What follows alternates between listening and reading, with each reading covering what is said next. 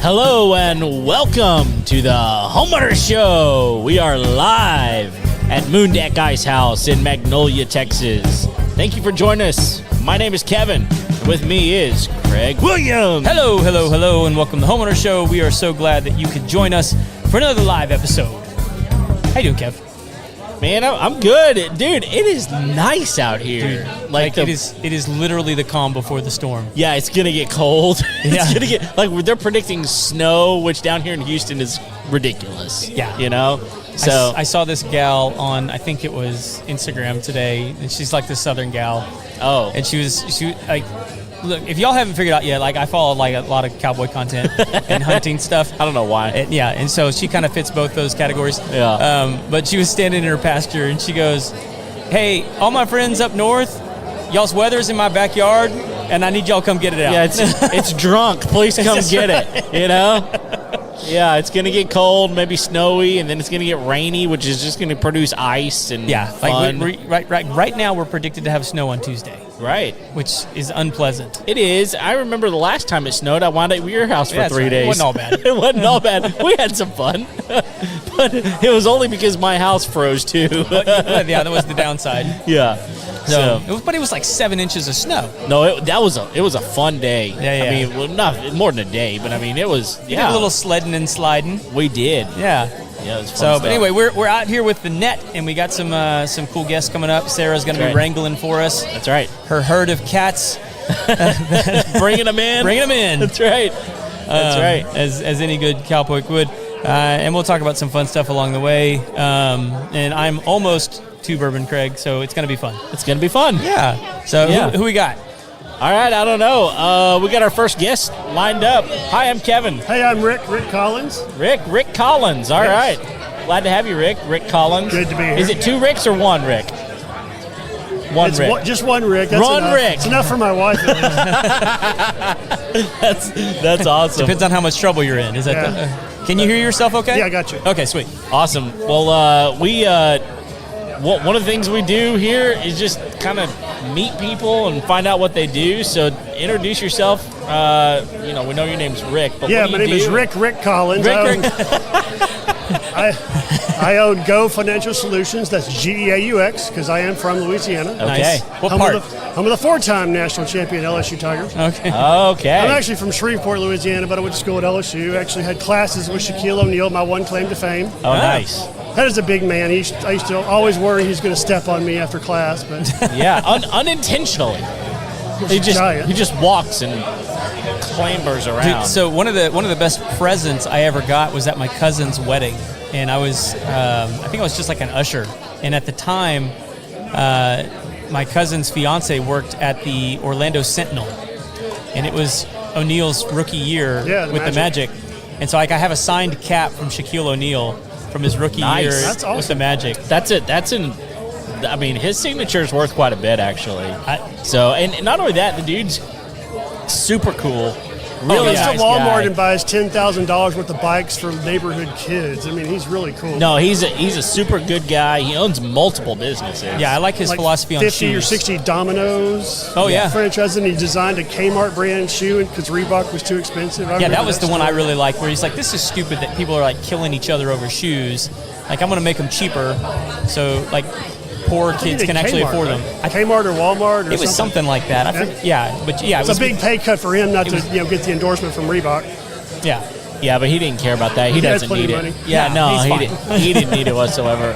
So, financial, tell us about what all you do, because that could go a lot of different ways. I'm in the life insurance space, but what I focus on is infinite banking, primarily to help people get out of debt faster. So they can get their house. They bought a brand new house 5 years ago at 8.5%. I have a debt elimination program that actually gets people out of debt 10 years faster. Mm-hmm. And we couple that with infinite banking, so their house note becomes a way to fund their retirement, their kids' college, and they get out of debt, 10 years faster on average, and save $100,000 on the house they bought. Wow. So what do you mean when you say infinite banking? Infinite banking is we use a life insurance policy as a savings vehicle. Okay. You overfund this life insurance, say the premium's $200 a month for life insurance. You put in $1,000. Well, that $800 becomes cash value. It earns interest every year, tax-free, grows tax-free. You access the tax-free. You never lose money because it's in an indexed, market index fund, so you never lose money on your dollars. And you can spend it whenever you want, however you want, college, retirement, whatever. And it's a way to guarantee no losses to your money. So if people are tired of riding the 401k roller coaster, I come in and show them how to use life insurance. And the reason we use life insurance, federal law keeps that tax-free. Right. Keeps the IRS out of your pocket. Yeah, I'm a way bigger fan of life insurance than I am 401ks. 401ks are a money trap designed to help corporations get out from under pensions. Yep. So that's what I do, especially that debt elimination.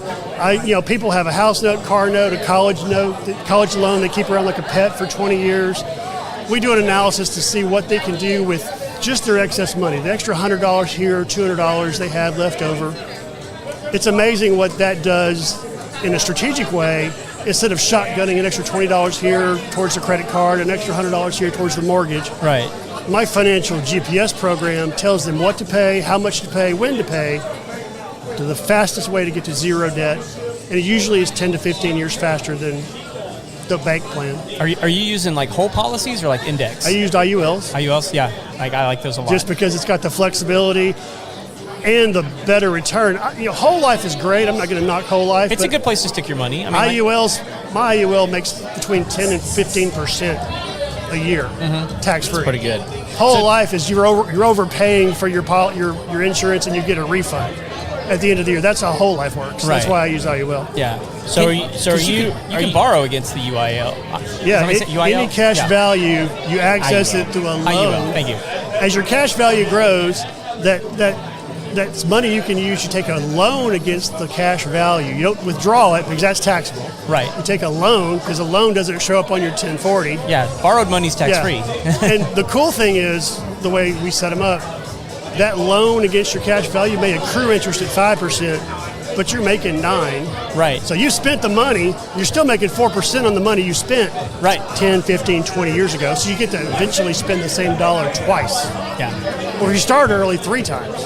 Yeah, so are you taking that money and then putting it on the house note? Is that how you're doing that to get people out of the Our house financial debt? GPS calculates, it's a monitored debt snowball, debt roll down, but you're paying off, you're throwing extra money at that house note, and instead of spending an extra $100 a month towards your house note, it may tell you to save up $4,000 and do a big chunk. Well, that knocks off 3 years off the back end of your loan.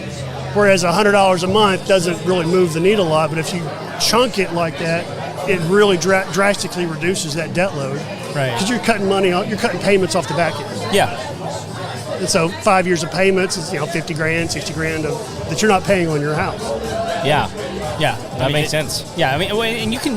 Like if you're disciplined enough, which hardly anybody is, right? You can do some of that yourself just by paying more on your loan. You can, but most people, just like a diet, you start off. I'm going to do all these things. I'm going to cut this spending out.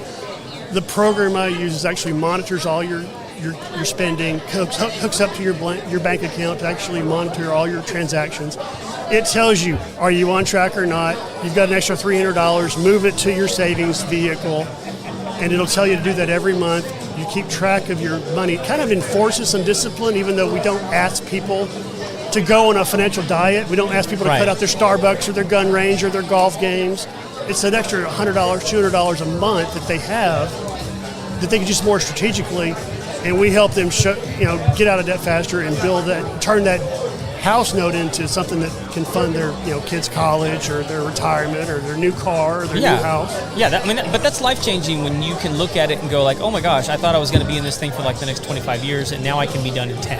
Yeah, 10 to 15 years, I can change a family's financial trajectory because you're out from under that debt, and now you're creating legacy wealth. Right. And by the way, there is a death benefit when nobody gets out of this thing alive. When they do kick the bucket, their kids get six-figure life insurance benefit tax-free. Right. And we couple that with a trust, so we create generational wealth. So the trust gets refunded. It loans money to people, and they pass away, and then your grandkids get money to. It just goes on and on, like the Rockefellers create a generational wealth using trust and life insurance. Yeah, and and some people think that it's just because you have so much that you can just live off the interest. And part of it is that you just have to be intelligent enough to put it in the right places so that it does last forever. Well, most people are on this rat race and treadmill that keeps getting faster and higher. They keep buying plastic crap on credit cards, and they never get out from under the debt load. You know, if you got a credit card crap with plastic crap. Yeah, if you got a credit card at 18% and you're paying interest on that, that's the same as if you didn't have that. You could be making 18% profit, and so it's a 36% swing because you're in the hole instead of building equity in your own life. Well, the Wrangler's giving me the signal. If you had some parting notes for anybody, or want everybody to find out how to get a hold of you to talk about these strategies and these plans, how do they get a hold of you? Yeah, you can go to my website, getmydebtfreedate.com. That's getmydebtfreedate.com, and set up a free consultation with me. We go over, hey, where you are, what do you want to accomplish, and what can I do to help you? And if I can, great. If not, I've educated you a little bit and told you about what your options are. Yeah, awesome. Thank you. All for right, sitting down with us, man. Hey, Glad you're here. it. Really good to meet you. Great, guys. Everybody's going to know you as Rick now. Rick. That's all right. Y'all have a good one. All right, thank you, man. Y'all. Thank you. And I think that's awesome because, like, so many people, this is the problem with money, is most people see it as a vehicle to pay debt, right? And, like, what I mean by that is a vehicle to pay for your bills, your electric bill, your cell phone bill, all that kind of stuff. But if you see it as an opportunity to produce something more than that, you've changed your understanding of what money actually is.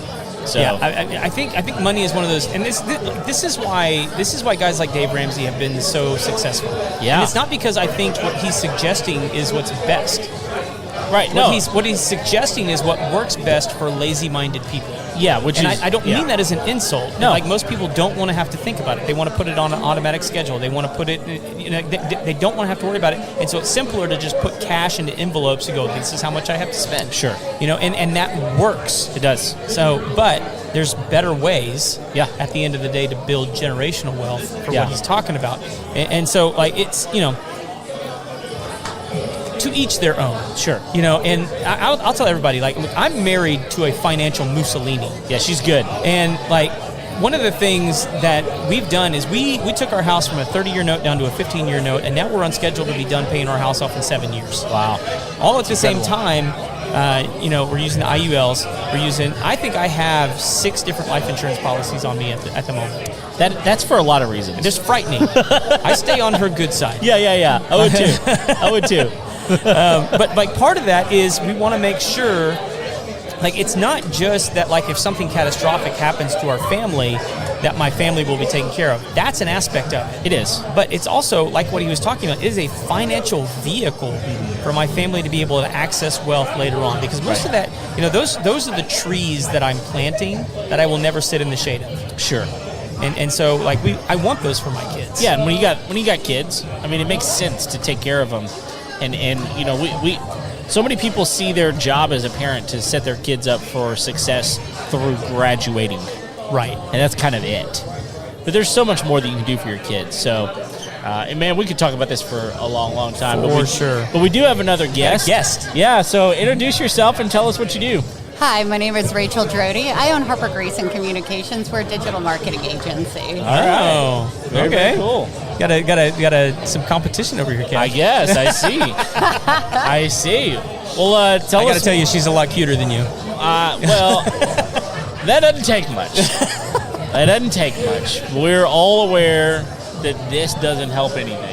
It doesn't? I don't know. You tell me. I don't know. Like, it's all right. I think you're working it. Yeah. Okay. All right. I don't know. It might take you longer to style that than it does this. It might.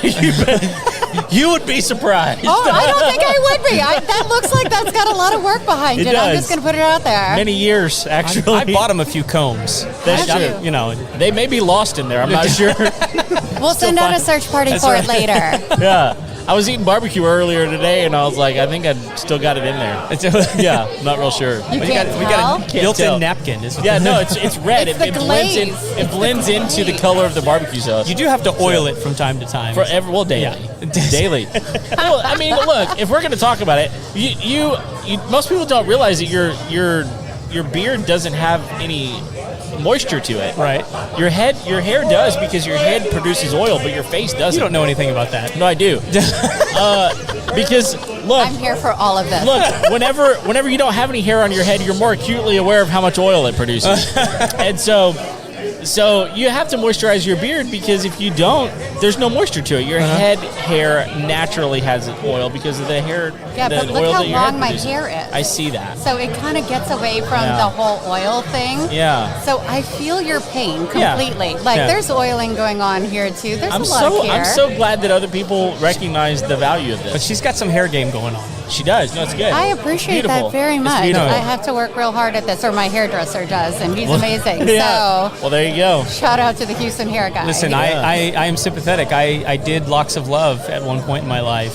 Are you familiar with that? I am. Yeah. So wow, it was- you really had a hair change. Yeah, but what he then, didn't sir. tell you was his nose hair. So. Oh, wow. Yeah, no, I wasn't included on that part of Right, this. yeah. Wow. Right. And That so was the some eyebrows child's that I walking donated. around with your eyebrows and nose hair. That is a lucky child. Yeah, that child will be scarred forever. Anyway, Right? I'm sorry, I've already forgotten your name. Could you tell me your name again? Wow. I This know, I'm feels like a horrible. lot of dates I've been on lately. So my name's Rachel Drody. Yes, and you do digital marketing. That part I I remember. do. Wow, that's what you got. Okay. Yeah, I got that part. You feel like Well- a lot of first dates I've been on. Thanks. I've gotten that before too. Anyway, so tell us. How long have you been doing this? Yeah. 27 years? Oh wow, that's yeah, a few. no, yeah, there's a couple in there. Okay. Well, I didn't even know digital marketing was a thing 27 years Well, ago. I've been in marketing, so I was a public information officer for Homeland Security. So I've been in the realms for a Okay. while, and All then right. I was doing marketing, global marketing for a $2.2 billion industrial supplier. Wow. And I didn't quite fit into the mom groups when I moved here, so I started going to networking meetings to like make actual friends and business connections. And next thing I knew, I started my own business, and that was 6.5 years ago. I'm curious. I really want to circle back around to the Homeland Security bit. Yeah. Like, why did they need marketing? So it's so I was in for mitigation, how to protect your home, people and property prior to storm damage. Really? Yeah, Interesting. Huh. state of Louisiana was on it. Yep. Really? Oh, is that where you were working? Yep. Wow. Interesting. So Katrina and Rita, I was part of that gang. Oh wow. Okay. Oh, So yeah. were you living someplace else, and you I got was living in Louisiana. You were you were living in Louisiana, got recruited by Homeland Security to do marketing. So I was part of a marketing agency, and we were embedded into Homeland Security. Okay. So we're like my agency's a government contractor as well too. So I'm still carrying that on. Really? But that's how I was embedded in there, and so now I had to go through all the Secret Service, the Background checks. certifications and everything else. Did So you have yes. to like send them lists of friends to like interview? They interviewed my kindergarten teacher. Yeah. Oh, wow. I'm that far checked. Wow. I've been through. So I had a good friend that ended up in a bunker building nuclear submarines. And On they purpose? Had to, huh? He was, he was in the bunker Yeah, on I purpose. think anybody who's going to be there building them is doing it on purpose. Yeah, I would hope And so they sent a couple of FBI agents to my home to have several conversations with me about him, like because I've known him most of his life, and we went to college together. And they're like, okay, so like you know this person, you can give us information. I've given those as well too. So Yeah. I've had employees. I used to manage Abercrombie and Fitch back in the day, like when it was actually a cool place to be. Yeah. the 90s. The 90s. Thank you for dating me, but yes, sir, that's when okay, it was. I dated myself. So I had to do that for one of my employees that ended up going on to do secret Okay. stuff. Oh, wow. Yeah, Secret so I've stuff. been on both sides of it. Interesting. I've been the one being interviewed and then the one being interviewed about. So are you working mainly with like smaller businesses now? I am now, so Yeah? that's what we love to do. Okay, so like, what kind of things are you trying to implement for most of them? Are you doing local, or are you doing? We are doing, well, I do local, and I actually have some global clients as Okay. well, too. So what we're doing is we will do either an organic, and we'll do a paid search, but we start off getting all of their organic, social media, website, everything else on par, Okay. and start them with the foundation blocks that they need to be able to echo what their messages are. Okay. So I do have a team of social media experts, ad experts, and then a website building team as well, too. Which social platform do you loathe? TikTok. TikTok. Yeah. Well, I mean, good news for you. It's shutting down on Sunday. Well, thanks. Supposedly. Supposedly. Well, yeah, we'll see. what happens. Supposedly. Yeah. And just because of the sales on it for who I service aren't really there. That's why I'm not there, promoting my clients there. But the back end of it is, I think it's causing a lot of problems with the younger generations. I'm a mom. I have 9-year-old twins. And that's one of the things that I just don't want them on, is that the mental health issue with it. So that's part of it that I don't like. Yeah, for sure. I mean, it's such an addictive type of platform. So, but for you, I'm sure you're working on Facebook and Instagram and so that's Google what my clientele is really looking at. Yeah. So I'm one of those Google nerds that's always at their events. And so I'm always at the conferences, and I had my choice back in the day. It was like, do you do with the industrial supplier or do you work for Google? And so I was offered both jobs, and I wanted that work-life balance. Yeah. So I went for the industrial supplier because I was going to have a work-life balance. Yeah, absolutely. So that was one of the things. But definitely we're highly invested into Google and what's going on with it and all the aspects of it, and making sure that the team pours into that, because that's where everybody's going to go. So if you look at marketing, we have a lot of women that are there. They're on Facebook and Instagram all the time, but where do the guys go to look for information? YouTube. And Google. They immediately Google what this is. Well, I mean, I'll tell you just from our perspective, because we're like right now, we're live on Facebook and YouTube, right? Right. On Facebook, our audience is probably going to be skewed about 65% female. Right. Right? On YouTube, we're going to be skewed somewhere between 75 and 80% male. Absolutely. And it's just interesting because those platforms, and it's not that there's not a lot of males on Facebook, it's just there's a lot more female engagement on Facebook. I would agree with that as well, too. But definitely YouTube's it's an underrated, and nobody's really talking about that quite as much, but you've got to have great videographers and great content development. Yes. To be able to put it on there to survive. Yep. So that's one of the things that we highly invest in as well, too. Awesome. Well, if people wanted to, do we still need a couple of minutes? I told her to give us 3. Okay, so I got to stay a little bit longer. Well, yeah, but I got like a million questions I could ask. I'm all about it. But I think that the biggest question is when someone is a small business owner, I don't think most of them recognize how important the digital landscape is. So when you are counseling or coaching people on their digital marketing strategy, what type of investment do you tell them they need to be considering as far as, the percentage of what they're spending or making or whatever it is in order to get their digital presence where it needs to be? So the whole matrix of that is I really want to coach a small business owner about how much time they're going to be able to put in, and they've got to be able to split out their time. Are they going to be providing content? So the amount that they're you could be able to get a really good return on investment, even if you're investing lowly, if you've got the right marketing team behind you. Because if you're producing and creating if your video and you're handling some of that, then you just need somebody who's coming in with strategy and content, long tail keywords, and working through some of those things. You need somebody that's going to understand the matrix of your business, your financial investments, and your time investments. So that's a big thing that I think a lot of marketing agencies, they're just like, here, this is my package, instead of building it around what does the person actually need. Yeah. And so we're scaling to go, where are you and what are you actually going to need?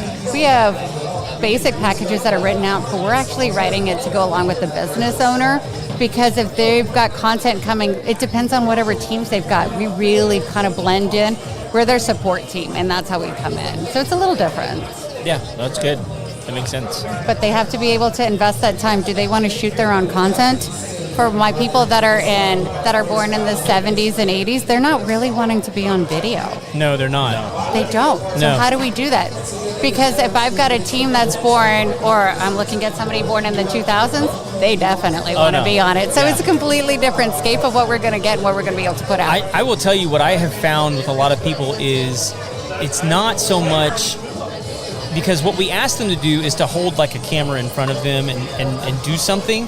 But like if you can put a camera in front of them and ask them a question, They love answering questions. Absolutely. You know, but like most of the time, they don't think to bring in another person. They're like, oh, I've got to do this. I've got to say something into this thing, and I've got to come up with it, rather than going, could you just find a friend and be like, could you ask me some genuine questions, and then I'll answer them in front of the camera. Like, it's a really good strategy. I think some people are neglecting, because like a lot of times you get locked in your own, like, just drain of like, oh my gosh, I'm stupid. Oh my gosh, I don't know what I'm talking about. I'm going to seem stupid on camera.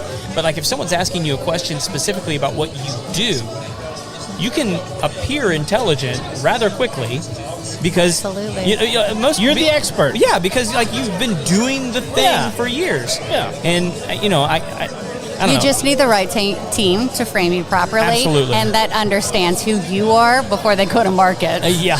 That's the whole thing. Yeah. So is there a favorite platform, like social media wise, that you're liking to promote guys on right now? I personally love Instagram. That's for my own personal, but I see the biggest return on investment because people with money are on Facebook. Yeah. So we're going to make a lot of money on Facebook, a lot of money on Instagram. So if we're on Meta and Google, I see money. Yeah. Do you see people getting any sort of return from moving over to Threads, because it's in that metaverse? I have not seen enough. Now, is it all being pushed to it? Yes, because we're going to be able to... There's a lot of attention there. We want to get the attention there and still be able to catch. I have not seen a big of a kick-in yet on the bottom financial line, because that's something we're talking to our clients about too, because I want to actually see in that feedback loop. We're not seeing as many people actually push out that I'm getting a lot from Threads yet. Yeah. Well, I mean, the same thing like with us. We started having the conversation when Elon took over X. He started pushing for a lot of people to go live on X. Yep. And it was like, okay, like we could spend a lot of energy and try and be early there, or we can wait and let a lot of people figure it out. And like, which one do we want to do? Right. And it was like, I think we erred on the side of let's wait and see, because like none of the stuff that we use really supports that. You gotta know where your audience is. And we don't have any audience there. So, and it was like, do we want to build one there, or do we want to wait and see? And that was kind of where we landed, was we kind of want to wait and see. Yeah. Just because our audiences are good where we're at. Yeah. Now, a lot of things that man touches turns to gold. No question. Right? So I don't want to discount them out just yet, but I'd like to see where it's going to go as well. Yeah. Well, if people want to get a hold of you, how do they find you? We're at all of the marketing. Website, social media, everything. At all of the marketing. At all of the marketing. Yep. So like, what's the website? So, allofthemarketing.com. All of the marketing. That's really good. See what I did there? Yeah, I kind of know what I'm doing. That's awesome. Well, gentlemen, thank you so much. Absolutely. It's been a pleasure playing with you guys. Have a great day. Absolutely. Have a good night. Enjoy the evening. That's right. Well, all right. So while we're waiting for the next guest to kind of get up, did you hear about the Bill Burr incident on the Jimmy Kimmel show? No, I did not. Listen, I have lost complete respect for the man. For Bill Burr? Bill Burr. Really? Yes. What did he do? So he went on a rant about the California fires. Okay. He lives in California. Okay. And Steve needs to get in on this. Are you sitting down to talk? Yeah. Come on. All right, come on in. You want to get in on this. Oh God. Because I know I know that you don't have any opinions. Everybody should know our friend Steve. Oh God. If you don't, I wonder how I'm going to do this. I didn't think this through with the hat. Well, Sorry. I just put it on. Oh yeah. There you go. That'll work. That'll work. There you go. That works. So I'll ask you, did you hear about the Bill Burr incident on the Jimmy Kimmel show? Do you know who Bill Burr is? Yeah, I'm just the comedian. Yeah. So he went on Jimmy Kimmel, and are you guys slightly familiar with the United Healthcare assassination? Oh yeah. So Bill Burr goes on Jimmy Kimmel, and he's doing his rant and rail about the California fires. For sure. And he goes, you know what? I think they did a good job managing the fires. And I'm like, okay, you live there. That's your opinion. That's fine. I don't care. He goes, I think they did a good job. I don't know if what you're talking about is managing the fire or preventing the fires. I assume you're talking about managing the fire, because that's what you said. Yeah. So I'm going with that. I'm going with that. I don't know that I agree with it, but anyway. Most people don't. So then he says, all these people who's lost their homes had their insurance policies canceled. And he goes, and F those companies and free Luigi. Free Luigi. Free Luigi. And I was like, all right, dude, I'm done. I'm done with you. I am done with you as a person. Like, I don't care if you think that United Healthcare is an evil corporation. I am never going to endorse murder. I'm never going to endorse the killing of any innocent life on the street, especially in a cowardly way when you shoot him in the back. Right. And that dude was a dad. Yeah, he had a family. And by the way, if I'm not mistaken, United Health has nothing to do with homeowner policies. True. Right. True. Absolutely. Right. And so, like, he's conflating two ideas. And so, like, I like Bill Burr. But, like, what a freaking moron. Yeah. To say such a stupid thing to a national television. And here's the scary part. I'm just laughing. I'm just sitting back. Make sure you get in. The scary part is the audience laughed their asses off. Did they really? Yes. No. And they should have booed him off the stage. Wait. Did they truly laugh, or was that a can laugh? I don't know. know. The guy hit the button and laughed, right? Which one's worse? I don't know. Well, that they told them to laugh and they did, or that they genuinely laughed at it. You know, the thing of it is if there's a guy on a control board hits the laugh button, all you got to do is laughs, that. Yeah. right? Yeah. Right? Right there. Exactly. Right. So we have one. You know, go to that. Which is worse? Yeah. Some guy on a control board trying to manipulate America into thinking that what he said was funny. You know, this all goes back to and like Craig and I have talked about this multiple times. I said multiple times to the fact that we are getting to the point, and I think the worm has turned, right? But I think that we've gotten to the point in America where these news media types do what they want to do, say what they want to say without any consequence, and they ruin people's lives. Mm-hmm. And I've said, we're getting down to the point where somebody's going to show up at somebody's door one day, ding dong, guy's going to open up the door and go, remember me? You ruined my life. Bang. Yeah. Right? And that's exactly what happened in this situation. Kinda, yeah. And that's what I'm getting at is these people, these elites, I think that they have this feeling of, I'm untouchable. Yeah. I have so much money, I'm untouchable. And unfortunately, I never, ever, please don't ever think that I'm condoning what transpired.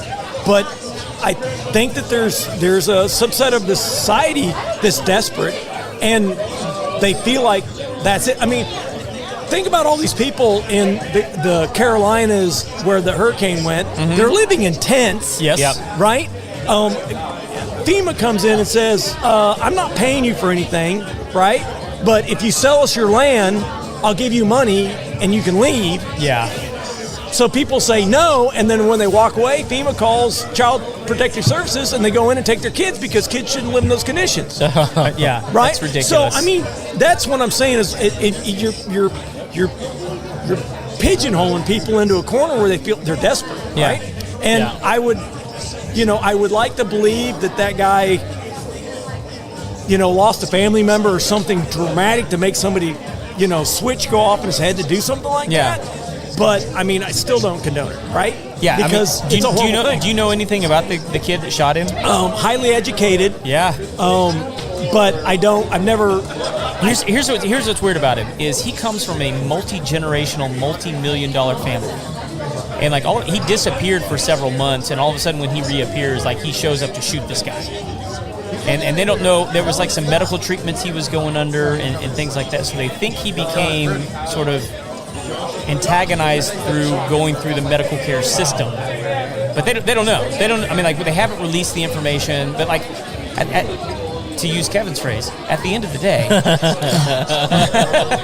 well, if you had a drink, I'd make you drink. Well, I said it, so I don't have to. Yeah. So let's call a spade. When did health insurance companies be allowed to have exchange systems to control the drug price? To control the what price? Drugs. Oh, the drug price? Yeah, prescription prices.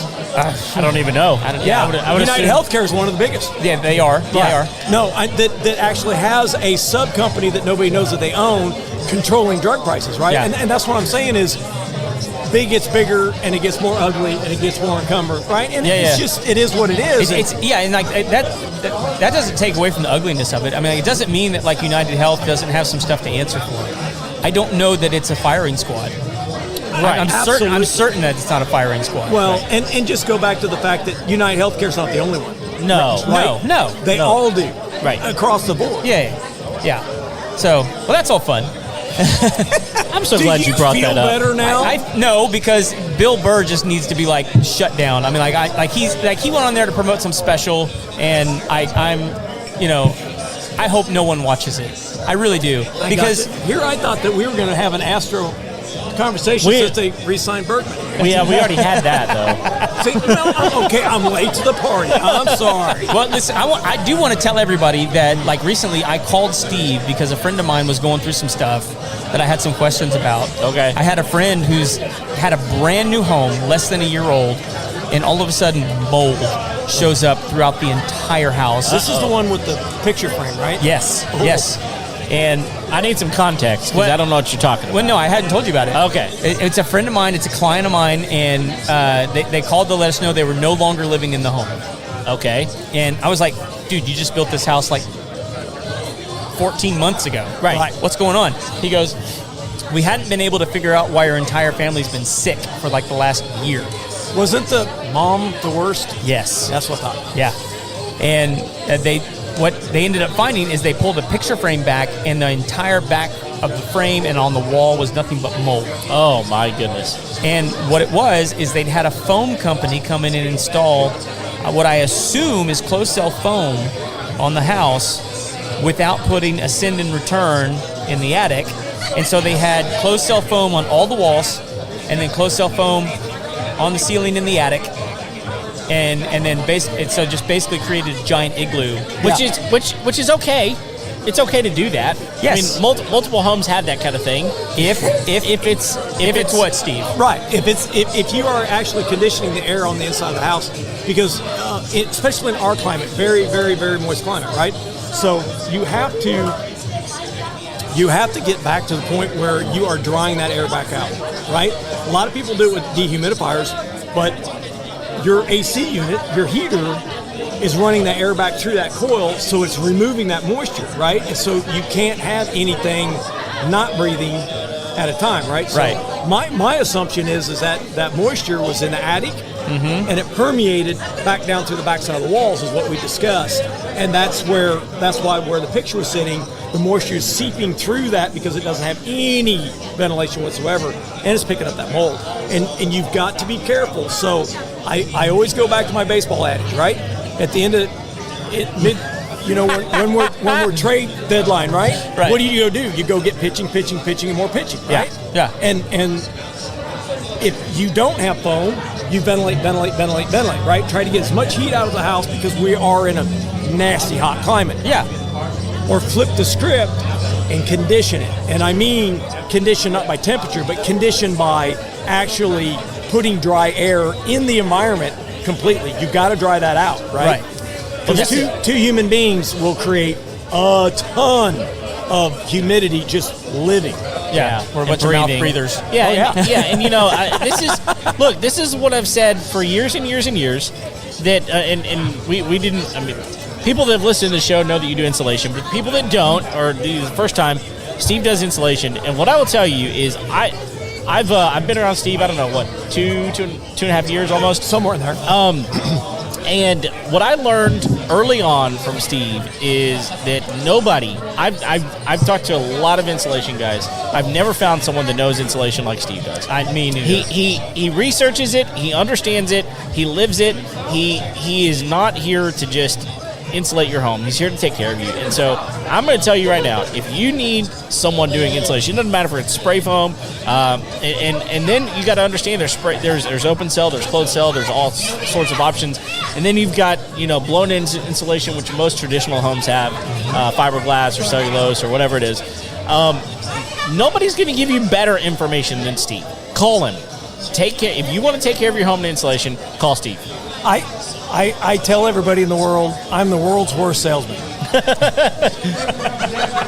I'm a hell of an advocate, but I'm not a good salesman, right? Because I'm going to tell you if I come to your house becomes my house. How am I going to fix that? Right. Yeah. Good, better, best, right? And then you're big people, you make up your own mind, right? And that's the key, right? And that's what I'm like. Kevin and I were talking about earlier is I'm just blown away by the fact that we're supposed to have 20-degree weather in how many days, right? And how many of these people have not fixed their houses from the first 2 freezes? No. Right? Hardly Because any. I've looked at 2 houses this week that still don't have enough insulation in, and they've had new PEX put in. Well, PEX is more resistant to freeze. It is. But It doesn't matter if it gets like 20 degrees. Yeah, it'll still And freeze. God forbid if we lose power, Oh, that's the problem. right? That's the problem because, and on our grid, it's going to happen probably. and if you don't have insulation covering your pipes, look, here's what you can do. It's very simple. Get up to your attic with a flashlight and just shine it across the attic. And if you see pipes, call Steve. I'll take that back one step further. If you go up in your attic and you shine your flashlight around in that attic and you see lumber on the floor of that attic, you're insulation deficient. Remember, most houses built 2 by 12 max. Right. Yeah. You're supposed to be 14 inches deep. You see lumber anywhere on that floor, you're deficient. So right? real quick, because we're getting the signal to kick you out of here. Didn't take long. Now, Most of the attics I go up into, there is no insulation over like garages and things like that. Is that okay? Or so I grew up in the Midwest, right? And the envelope of a house in the Midwest is exterior walls all the way around. okay? In Texas, they cut the garage completely out.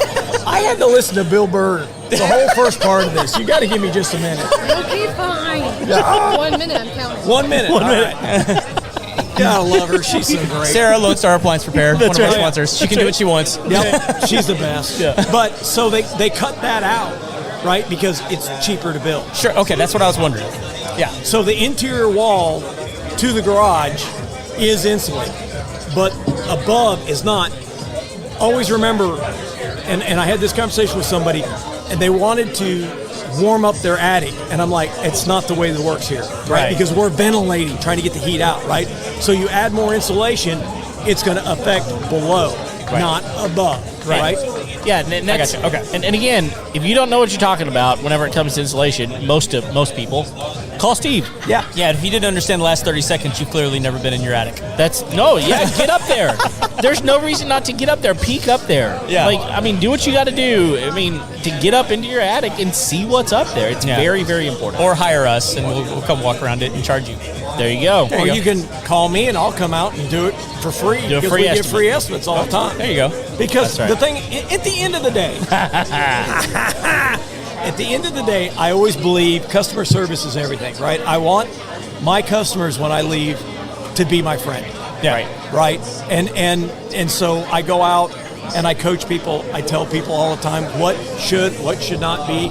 You hire me, great. If you don't, I understand. Yeah. But I want to make sure when I leave that you've been educated. And that's the part of the job that I enjoy the most. Yeah, so for all those lonely homeowners out there looking for a new friend, how they get a hold of you, bud? So, victoryinstallation.com, or you can contact us at 832-693-8115. And we'd be happy to take care of you. Awesome. Yep. Awesome company, Very guys. good. Give them a call. That's right. Thank you, Steve. Thanks, Steve. Here, I was Appreciate all prepared for a baseball conversation. I ended up with Bill Burr. Bill Burr. That's right. We didn't talk about old Bob. Nope. One of these times we'll talk about Bob. All right. I mean, what about Bob? What about Bob? I don't know. Terrible movie. Terrible movie. Well, all right. Oh. Got here a we full-on go. Texas helmet just slammed down. Yeah. That's right. Hey, real quick, guys, if you want to jump in the comments, that's how we're actually giving these away tonight. If you want to jump in the comments, just leave a comment, and you're at the event. We're going to give you one of these tonight. We're going to, if we have too many comments, we're going to, we have two. We have two. So, Let's have more. More than two comments would be great. Right. But leave a comment and we'll come find you and give you one of these. This is an incredible cleaning product for your toilet. Crazy clean. The toilet treatment that lasts forever. And it's true. It is. It is such a good product, y'all. We did a whole episode on it a couple episodes ago, and you should check it out. Hey, man, what's going on? Not much, bro. Mr. Juggernaut. That's right. So let everybody know who you are. Have you done this before? No. I was fixing to say, I don't think you've been on. Like, we've known each other for a long time. Yeah. All right. Come on. I just sit in the background and hang out, stare at people. I didn't know you had a bike. What'd you ride up here tonight? A Triumph Speed Triple. Oh. Yeah. All right. A little different. I've ridden Harleys, Hayabusas. I've basically ridden everything under the sun. And Is it difficult with a helmet to not let your glorious Thor hair just whip in the wind? that's until it gets tangled. And then I got to get the brush out. You got to get the brush out. You got to spend 10 minutes brushing it. I hear you. I feel you. I can feel it right in the beard. Oh, man. And that beard gets It gets a little tangled, and then it hurts. Oh, yeah. Just got to braid that thing. I've thought about it. Yeah. Yeah, not long. How much money would it take for you to do that for like the show? Dude, I'd do it. I would do it for nothing. Okay. Like you forget who I am, man. Like I've lived my life doing things to make people laugh. So if we had some gals come over tonight and just braid it while we're alive on the air, you'd be fine with that? Sure. Sweet. I couldn't care less. That's right. So my buddy's got a beard kind of like his, but he takes a straightener. Oh, yeah. Straightens I've got a it and straightener. Cuts it straight across. Oh, I don't do that. And but he goes to these competitions. Okay. So he'll go out. He's been sponsored. He's get stuff from these people and Nice. tries it out, and he'll send it to me and try it out too. Just scoot up a little bit. I can't hear you. I'm probably talking too low too. Just get up on that Get up, microphone. get on. Yeah, you're good. You're good. No, Scott Williams, Juggernaut Payment Processing, local, hands-on. I really pride myself on being a true Texan. I've lived in the Houston area for about 40 years. Wow. So yeah, I was here before the Beltway 8 was finished. Oh wow. Jeez. And now people are racing around it. You have no idea. So when I ride, I do not go past Beltway 8. Yeah. It's Oh, you mean like heading south? yeah. I do not go past Beltway. I don't blame you. 8. It's horrible. Listen, I don't like to go like south of 1488 these days, man. Oh, it's crazy. Life's crazy out there. 1488 is enough of a nightmare. I don't even want to go. I stay away from it right now with the construction. Yeah. Dude, it took, I think, 45 minutes one day to go from 45 down to Magnolia one day. Oh yeah, and we're on it. We're here. Yeah. We're on 1480 right now. It's horrible. I hate it. Made poor life choices. That's right. But It is what it is. I think started doing this 3 years ago when I first met you. And yeah, I've never been on the show. That's crazy, man. Payment processing. So tell me about, like, that sounds boring. It is. So tell me more. I like to kind of explain it. Every time you swipe a card, there's a guy in the middle making money off of it. Okay. That's And you. That's what I do. I Okay. broker it. I broker those deals. Well, what I've seen you do online is you're like unpacking these new systems that I guess are for like restaurants and retailers and different things like that. Yep. So like there are certain ones that people are, seeing when they walk in, and I'm trying to think of like is mint one of them? There's toast. Toast? Toast and cake.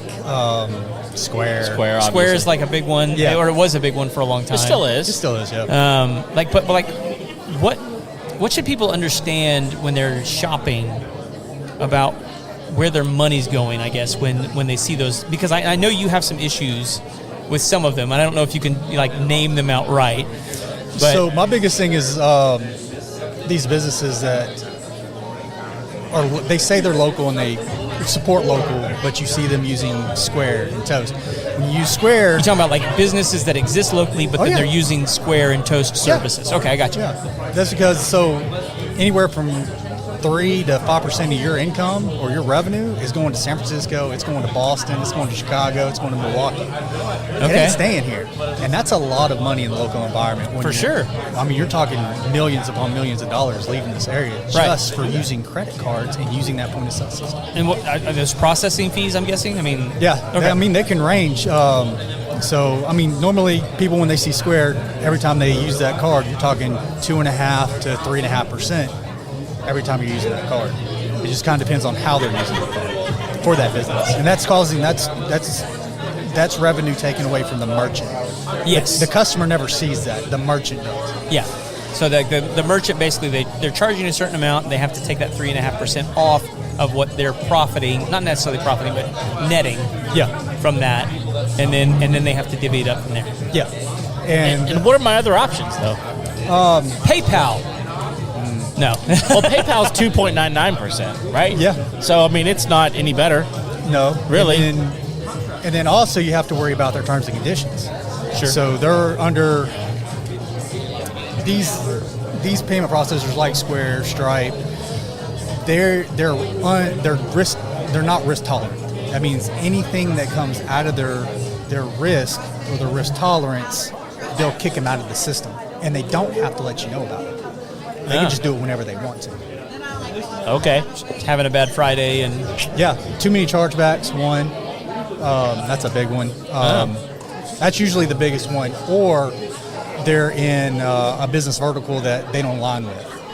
Like Stripe just came out with like 32 different verticals that they won't work with, like any type of coaching, creators, anything like that, they want them gone. what do you mean by creators? Like online personality kind of like us? Kind of a little Okay. bit, yeah. Like if you're going to sell a product, Oh. yeah. So but you have other companies like Etsy and YouTube and Facebook, it seems like, that are kind of setting up their own like payment processing. Kind of similar, yeah. Yeah. But they're always using some back end sort of deal. Is that what it is? Who's the back end on those kinds of things? Or The do you big know? one is Stripe. Really? Like Jobber, like you can use, I think it's Jobber, Service Titan, things like that. They're all using Stripe. A lot of CRMs use Stripe because it's integrated into their system. Stripe has done a great job of infiltrating those CRMs. Yes. Yeah, and But make it super easy. I mean, like that doesn't seem like it's much better than what QuickBooks does, honestly. No, but there's ways around QuickBooks. Okay. Like what? So I have a product called Biller Genie. Biller Genie? Biller Genie, yeah. So it basically puts another level onto QuickBooks, but you do everything regular in QuickBooks, like you're building a regular invoice, but you just save and continue, and it grabs a hold of it, bypassing their processing to where you can still do ACH, you can still do credit card, but you can pass the fees on. You can put late payments on them. You can do scheduled payments. You can chop up payments. Yeah. So it just adds another level, and so it have that type of convenience is worth. It's just $25 Yeah, and I know a month. that winds up becoming a little bit tricky whenever you're, adding. I've done a little bit of research into this where someone says, hey, I want to pay with a credit card, and you add that price, like that fee to them. Yeah. There's like some legal things you have to work through with that, right? The legality comes with surcharging.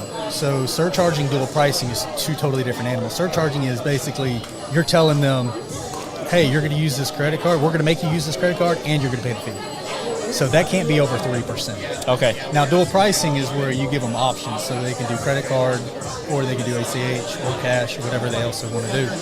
And you can pass on a little bit heavier fee onto that, but it gives them options. Okay. But that heavier fee makes sure you're covering everything. Okay. That 3% might not cover everything. Sure. No, that makes sense. But yeah, the legality comes with the surcharging. Right. So when someone wants to use that product, do they pay a certain fee for that, or is that something that just is drawn off of what gets processed?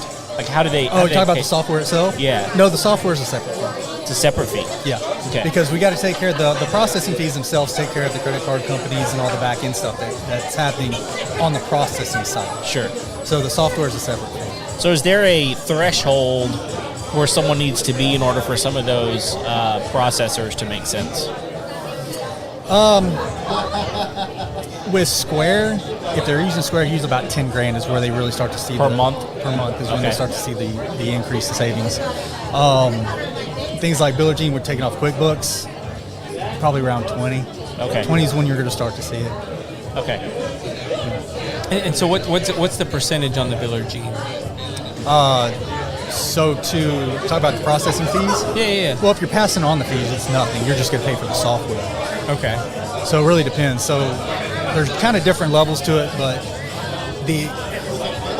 I offer two different pricing structures, which is the dual pricing and then the Interchange Plus. The Interchange Plus is basically the cost of doing business with credit card companies, and the Plus is the markup that I get. Right. So that's really just the two options that you have. And so the interchange can be just a fluctuating, whatever card you're using is going to fluctuate. Yeah. Yeah, and so I pulled this up I pulled up my personal QuickBooks that we use for a company, and for ACH it's 1%, and caps at 20, and then regular cards and Apple Pay is 2.8% plus a 25 cent per transaction fee, and then PayPal and Venmo is 2.9, plus a 25-cent per transaction fee. And I'm just curious, like, where it kind of falls in that. So the average interchange, so that's kind of on the higher end. Yeah. So if you're using a crap ton of Visas, so Visa has a lower interchange rate. So you can actually... Which is predominantly what we use, is a crap ton of Visas. So you can actually lower that if you know Visa's 70% of the market. Uh-huh. So you can definitely get it lower. And it also depends on the markup itself as well. But normally you can kind of know where you're going to be at with the interchange and the markup. Yeah. Okay. I can usually get it. I've had it down to like the lowest in person. I've had it down to 1.2. Wow, that's pretty low. Yeah. Considering ACH is 1 most of the time. Yeah. I mean, but like most people don't do that. No, no. You know. So like, let me especially whenever it's like what you do, where it's a recurring. You know, it's easy whenever it's a lower amount. Just here's my credit card. Yeah. So I'm curious on the inverse side of that. Like, what are we at? How much? Huh? We're done? I got one more question. She's cutting us off. So on the inverse side of that, there's a lot of credit cards out there that provide people with benefits, like whether it be like air miles or cash back. So like you, as a guy that kind of understands the system, what kind of card is the best one that you think for people to be using on these kinds of transactions to get the most bang for their buck?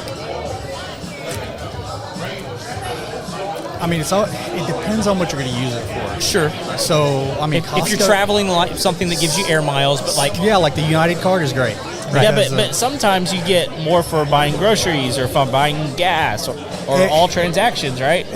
So it's kind of hard because they're all different, and it's really good depending on what you're going to use it for. I mean, some people are out there with 4 different credit cards, and they only use this one for gas, they only use this one for restaurants, they only use this one for for groceries, right? And this one's for all transactions other than that, right? I mean, that happens a lot. So I asked that because, like, I had my sister-in-law at the house the other night, and she's like, "Look, you need to get this Hilton Visa because, like, we travel a lot and we get to stay at these like 4 or 5-star Ritz-Carltons for free, pretty much all the time because this is the credit card we use for our business." And I'm like, okay, but like I don't want to stay at Ritz-Carlton. And you don't travel. And I don't travel. I mean, like I don't travel like that. No, when you're going to travel, you're going to go to Arkansas and stay in an Airbnb. That's different. So, I mean, it really depends on what you're going to use it for. Yeah. If you are going to stay at the Hilton, those Hilton credit cards are the best. So you can fly United, use the United card. Yeah. Okay, you're going to get the best deals out of it. Figure out the thing that you're doing that's going to give you the most benefit. Yeah. I think that's fair. So, like, I know, like, you can set up businesses and restaurants with a new system, and if people are looking for that kind of stuff, how do they get a hold of you? Yeah, best way is to call or email. You get the number right there on the hoodie. Everything right there. Yep. 409. That is a Houston number. That is an old school Houston. Old 409. 409. That is old school. I didn't even know that was a Houston number. Yeah, it was. Is it South Houston? South Houston. And you're on social and website? Juggernaut Payment Processing. Okay. Only one out there. All right. Cool, man. Thank you for sitting down with us. It's good to finally get you on. I know, right? It's been a minute. All right. Dude, have a good night. Enjoy yourself. It looks like it's happening. It is happening. Things are happening. We got more guests? According to Sarah, she was giving me the stink eye. Giving the eye. You got gloves. Yeah, he forgot his glove. The glove. All right, man. Dude, so did you see Eric G's post about the hydrants in California? No, I missed that. No? Was that today? No, it was a few days ago. Okay. Because so many people were talking about the fire hydrants in California. Right. Are you guys both sitting down? Yes. Right. Come on in. Come on in. I'm talking conspiracy theories with Kevin. It's fine. Just it's normal conversation. Adjust yourselves. That's right. So he was, a lot of people were saying, like, why can't we get the water to the fire? Right. Why can't we get the water to the fire? And so Eric, and for those of you that haven't been paying attention, like, we posted the link to David Applebaum's GoFundMe. He lost his entire home in the Palisades. Super cool guy. He's been on the show, an architect there. I mean, he posted today that he's having the office out of a car dealership. Right. Like, dude lost everything. Everything. And so, like, if you go find our socials, you can find the link to David Applebaum's GoFundMe. You know, if you can send him something that's great. We had somebody comment back, it's like, I'm only giving to people in North Carolina. God bless you. Whatever. Give to the people in North Carolina. Yeah, do what you want. But like, if you want to give to David because we love him and we want to make sure that he gets taken care of. But anyway, what Eric was saying is like, look, if you don't understand the physics of how water works, you're not going to understand what the problem is in California right now. Is like, as each house burns down, all of those water pipes begin to get exposed, which lowers the water pressure continuously throughout the entire area. Okay. And so it means that, like, you're not going to have the water pressure at the hydrants that you need in order to, like, start putting the fires out. And so it's not a conspiracy theory, and it's not like, we're too lazy to, like, have a plan to go get helicopters and planes and dip water out of the ocean. It's like, we didn't expect all the houses to burn down, right, and all the water pipes to be exposed, right, to lower the water pressure for the entire county. The problem isn't the water, y'all. It's the forest problem. It's the forest problem. Okay. This is the thing. Like, this is the thing we keep coming back to, is that, like, if you had a government that was managing the wildlife the way it should have been managed, this would have never been an issue in the first place. But whenever you're out there, okay. I just filtered myself for a minute. But I'm about to unfilter. When you got a bunch of people just hugging those trees, making sure that you don't do anything with them, then you're going to have this problem. Yes, to a certain degree, I 100% agree with you. Like when you keep voting in the same morons. That's what I'm talking about. Like you're bringing in people that go, no, we can't touch this problem. They don't even acknowledge it as a problem, and yet, at what point are you going to look at the society that you're living in and going, look, you're the problem? Yeah. I don't know what else to say. I got into a fight online about this today. I don't usually get in fights online, but this guy was You a normally moron. don't? He was like, it was designed to burn. I was like, it was not designed to burn. It was designed to be managed. Right. It was designed to be managed. And it's Right. like, for thousands of years, the people that were here long before us knew that if you did a controlled burn, you wouldn't have a wild burn that would kill everyone. Right. And it happened for years. Even whenever we were young, they were doing controlled burns. Yes. And then at some point along the line, they decided, "Ah, the heck with that. I'm not going to do that anymore." Yeah. And this is a result. Yeah. What was the reason? Oh, hang on. Sorry, I got you turned down. Go ahead. So anyway, what was the reason for them to not do the controlled burns? Like, why did they? Oh, that's a political question. I will tell you what I've heard that the reasons are is that it displaces wildlife. Yeah. Okay. And like, I'm sorry, like, wildlife is used to being displaced. Like, there's bears in California that chase wildlife all over. All those animals that it tries to eat are displaced. Yeah. Either in its stomach or down the road when it got away. Well, in all natural disaster things, whether disaster or not, whether it's rain, fire, earthquakes, whatever, they run away from that kind of stuff. Yeah. Right? Yeah, I was about to say they can move around. Yes. Well, they're you don't allowed have to control burn everything at the same time. Right. No, you don't. But they won't do it. That's the problem. Yeah. Like, look, I'm running up against this problem on my own property right now. I was telling my wife the other day, I've got to buy this industrial rake for the backside of my four-wheeler. That it's like a 40-inch rake that's got a 2-inch hitch on the back, so I can attach it to my four-wheeler and pull out all of the pine needles that have been accumulating over the last 10 years. I mean, you have to. have to. You have to have this thing. Listen, it's only like $250. I mean, like, what? Yeah. Well, why don't you have it yet? Because, like, it takes, you got to massage these things, Kevin. Oh, this is how marriages last. You don't operate under the "you're welcome" type of marriage. I'm not as happy that way. Yeah, I believe that's true. All right, so you guys have never been on the show before. Let everybody know who you are. I'm Brian. This is my wife, Shay. We're with Jet Clean Pressure Washing in Conroe, Texas. All right, cool. And like, what? I know this is kind of like a new venture, but like, what led you to get into this thing? Well, one day we were just talking about starting a business, and That's crazy people do. Yeah, as crazy people do. Getting tired of our 9-to-5 jobs, and so we thought about pest control first. And I said, absolutely not. Yeah. And then I thought about it, and I'm like, yeah, I wouldn't like that either. Yeah. You know? Mainly because he doesn't like spiders. Oh, okay. Well, that's a problem. Yeah, that becomes. Listen, You don't have to like spiders in order to be a pest control person, but you have to tolerate them. Yeah, I can't tolerate it. if you don't like them, that could actually be a passion. Like you can inspire some people when you show up on their property. Yeah. No, it would be the opposite. It would be the opposite. No. They say the word spiders, and I just start cracking my knuckles. Oh, yeah. That's right. Here we go. Here we go. I've Right. been waiting my whole life for this. Right. That could be a good name of a business, right? Like the Spider Assassin or something, right?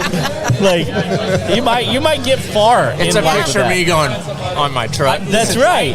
Like as a pest control business owner, one of the things I've thought about is trying to buy the rights to John Goodman's face.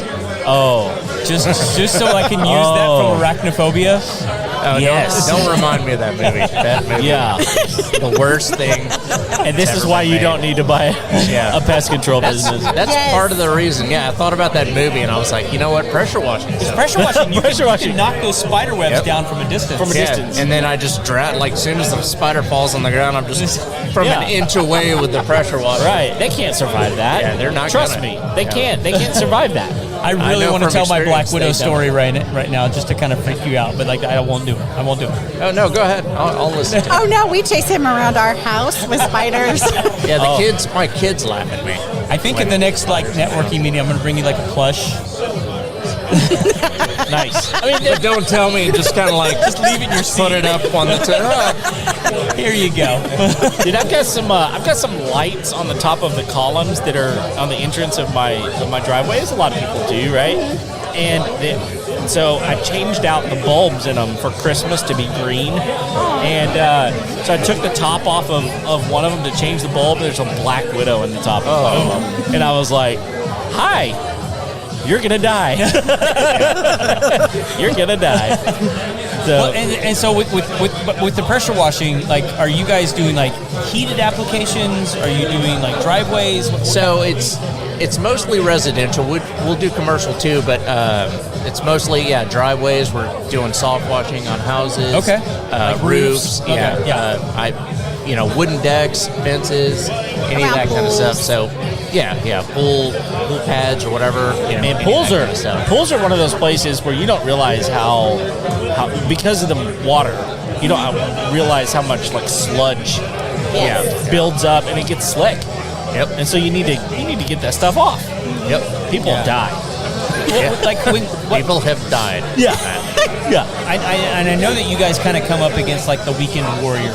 Yes. Because people can go buy a pressure washer at Home Depot or Lowe's or Ace or any of those. Well, now Ryobi has those attachments that are this big around, and you can do the your little driveway. surface cleaner Yeah. things. Well, they even have the handheld 18-volt ones. Yeah. They don't do anything. I talked to a lady the other day. I was bidding a job, and she was talking about how she spent 2 days on her driveway because she just had the little wand, and it was I think it was a Ryobi. Yeah. And she just did it for 2 days straight. And I'm like, for $200, she could have called me, and I went out there and knocked it out in Well, an hour. And what most people don't recognize is that professional power washers, they don't just get out there with water.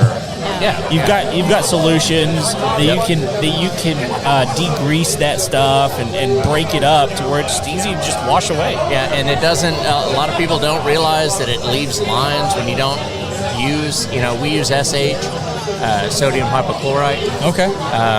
But Acid, right? No, it's a bleach. Yeah. It's a bleach. It's basically pool bleach, but we dilute it down. So when you do the driveway, if you're not using that and you're just using a wand on the whole thing, I went out there and you could see little lines all down her driveway. And she's like, "Oh, it didn't look like that when I was done." And I was like, "Well, It does now. You have to post-treat it or pre-treat it with SH." And that way it kind of kills, it gets in and kills all that organic stuff, and then you run over it with the surface cleaner. It's like washing the dishes. Some things just need to soak before you scrub them. Not to mention, you Nice do it that analogy. way, and then it's going to stay clean for 6 months to a year, Yeah. and it's going to look great. But people want to save money, and you're still using. I don't know how much it is to rent a pressure washer from Home Depot. I haven't no rented idea. one I in have no forever. idea. But still, you're spending that money. You're using that. Listen, by the time you get done actually loading it up and getting it home, a guy like you could have already been done with the project. Yeah. I mean, I've used their rental programs for like heavy equipment, which is about the only thing I think they're worth renting for. Yeah. I mean, because you don't want to pay like $60,000 for a skid steer. Yeah, but that's one of the things. It's like you get it for 4 hours. It's like, well, I took 2 hours just getting it back and forth from your store. I got 2 hours to do this 8-hour job. Are you kidding me? There should be. Listen, if you're listening at home, there should be a grace period. Absolutely. Like there should be Of like 2 days. That oh crap time of like, oh, this is going to take way longer than I thought. Absolutely. This thing isn't very powerful. No. Yeah. I don't want to take any of their time, but before I forget, I want to mention, have you seen the handheld Ditch Witch that they came out with? No. So that's a thing. What? Ditch That Witch? sounds completely dangerous. Do you know what a Ditch Witch is? No. So it's like the tool. It's like a tractor, but it's a giant. I mean, like Saw. Like a saw. It Oh, just, I know what makes it- like I a know what hole you're talking that about. digs a trench. Yeah. Okay. But they came out with a handheld one. That sounds like you're going to take off a foot. That's what I saw when I looked at it, and I was like, okay, but that thing's actually eating No, some ground. you're thinking of the foot winch. The foot winch. Oh, no, I met the foot winch one time. Completely different person. Okay, He wandered into the wrong part of New Orleans. That was different. That's a whole story. yeah, we don't have time for that. No, we don't. Nobody wants to know. They really frown on voodoo on YouTube. So I found out. I've learned. Well, so like with the roofs, I mean, like one of the things I've always been curious about with roofs is she's giving me we got 1 minute. With the roofs, I've heard about like a soft wash on the roofs to just get like the mildew and stuff off. Like, is that something where people, if they don't know what they're doing, can really damage their roof? So, yeah, I mean, it's not so much the roof. It's more like around the house.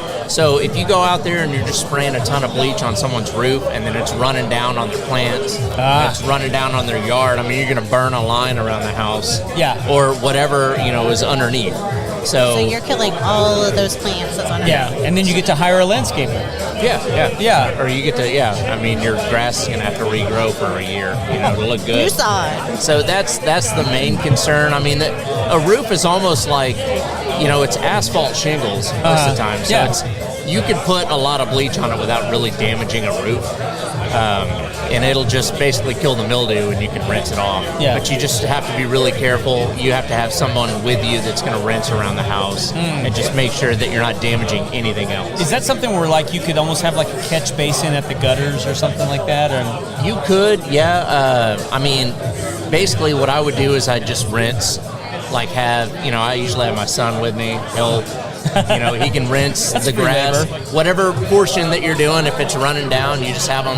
I mean, as long as it's getting diluted down constantly, then it's not going to hurt anything. Yeah. I mean, we spray pretty heavy bleach on a driveway or whatever, but as long as you're not spraying it directly on the grass and it's not wet, then you'll probably be fine. You just you always have to dilute as you're going. Awesome. Makes sense. Well, if people want to get a hold of you, how they find you? Well, we have a website. It's jetcleanpressurewashing.net, and then Facebook is Jet Clean LLC. No, it's still Jet Clean Pressure Washing. Okay.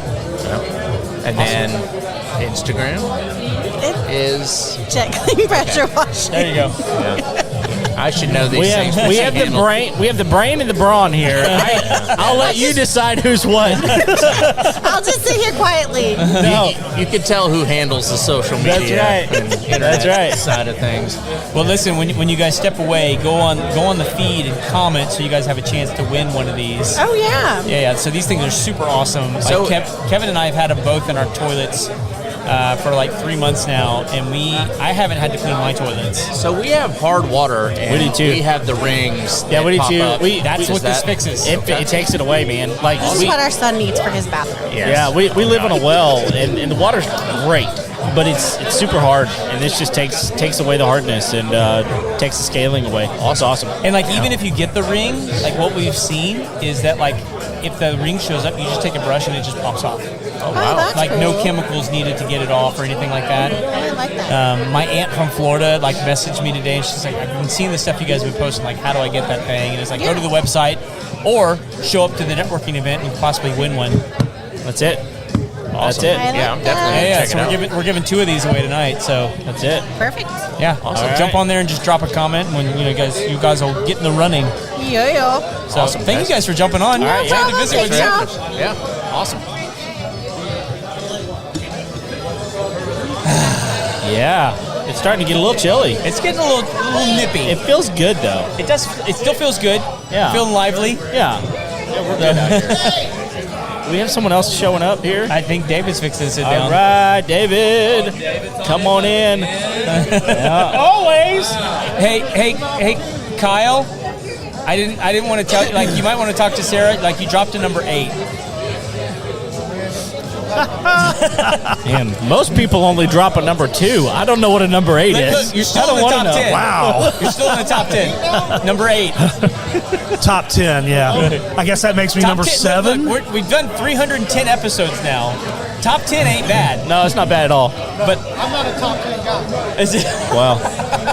I'm a No, numero number 1? uno right here. Look, we got to schedule another one then. I'm getting on your schedule. Man, we learned a lot on that episode. Oh, we did learn a lot. I'll just on say. that. Like, look, anytime you can have like a real estate agent and a broker, It's perfect. it's a good episode. Yeah, match made So, in heaven. Yeah, but like the one where you talked about like what we learned as first-time home buyers, Oh, yeah. that beat them out. Of course you did. Well, because we're always going to Oh, win. man, I was a first-time home buyer in 2000. In 2000. Wow. I'm trying to think what was happening in 2000. You were graduating. No, well, high school. Yeah, right. Exactly. I'd been out of high school 13 years at that point. No, we were already in college at that point, Craig. Dude, I saw your buddy Kevin Gillespie Yeah. reuniting with some of his Bravo top chefs the other day. Really? Yeah. He was getting together with Izzard and Voltaggio. They were Brian doing, or Michael? Brian. Okay. Yeah. Yeah, I used to work with Brian and Michael at Areola in New York City. Oh, really? Yeah. So my wife actually got to go eat at Volt. Oh, really? In Baltimore? Yeah, in Baltimore. Yeah. Yeah. So she was just there, gosh, like right after Christmas. 2 weeks ago. I mean, that's not when she went, but it was several years ago. But like that was like the highlight of her year when she went. I was the oldest line cook in the kitchen when I was there back in 2001 Wait, where were you at? at Areola. Areola. I actually worked with Brian and Michael Voltaggio there. Okay. Yeah. Brian was. This is why I love having David on, man. Like he's a former chef. He loves talking food. Yeah. Yeah. So yeah. Brian was our saucier at the time, and Michael was.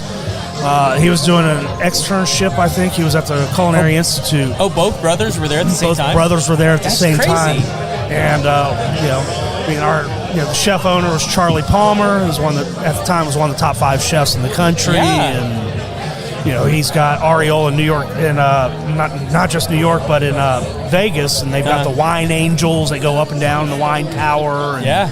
He's got Dry Creek Kitchen out in Healdsburg, California, which he was actually in the process of opening when I worked for him. So, so fun times in the restaurant industry, man. All right, so I want to talk about what you do, but I'm also I'm trying to get a chef on the show. Okay. And Tris just shut down. Awesome, yeah.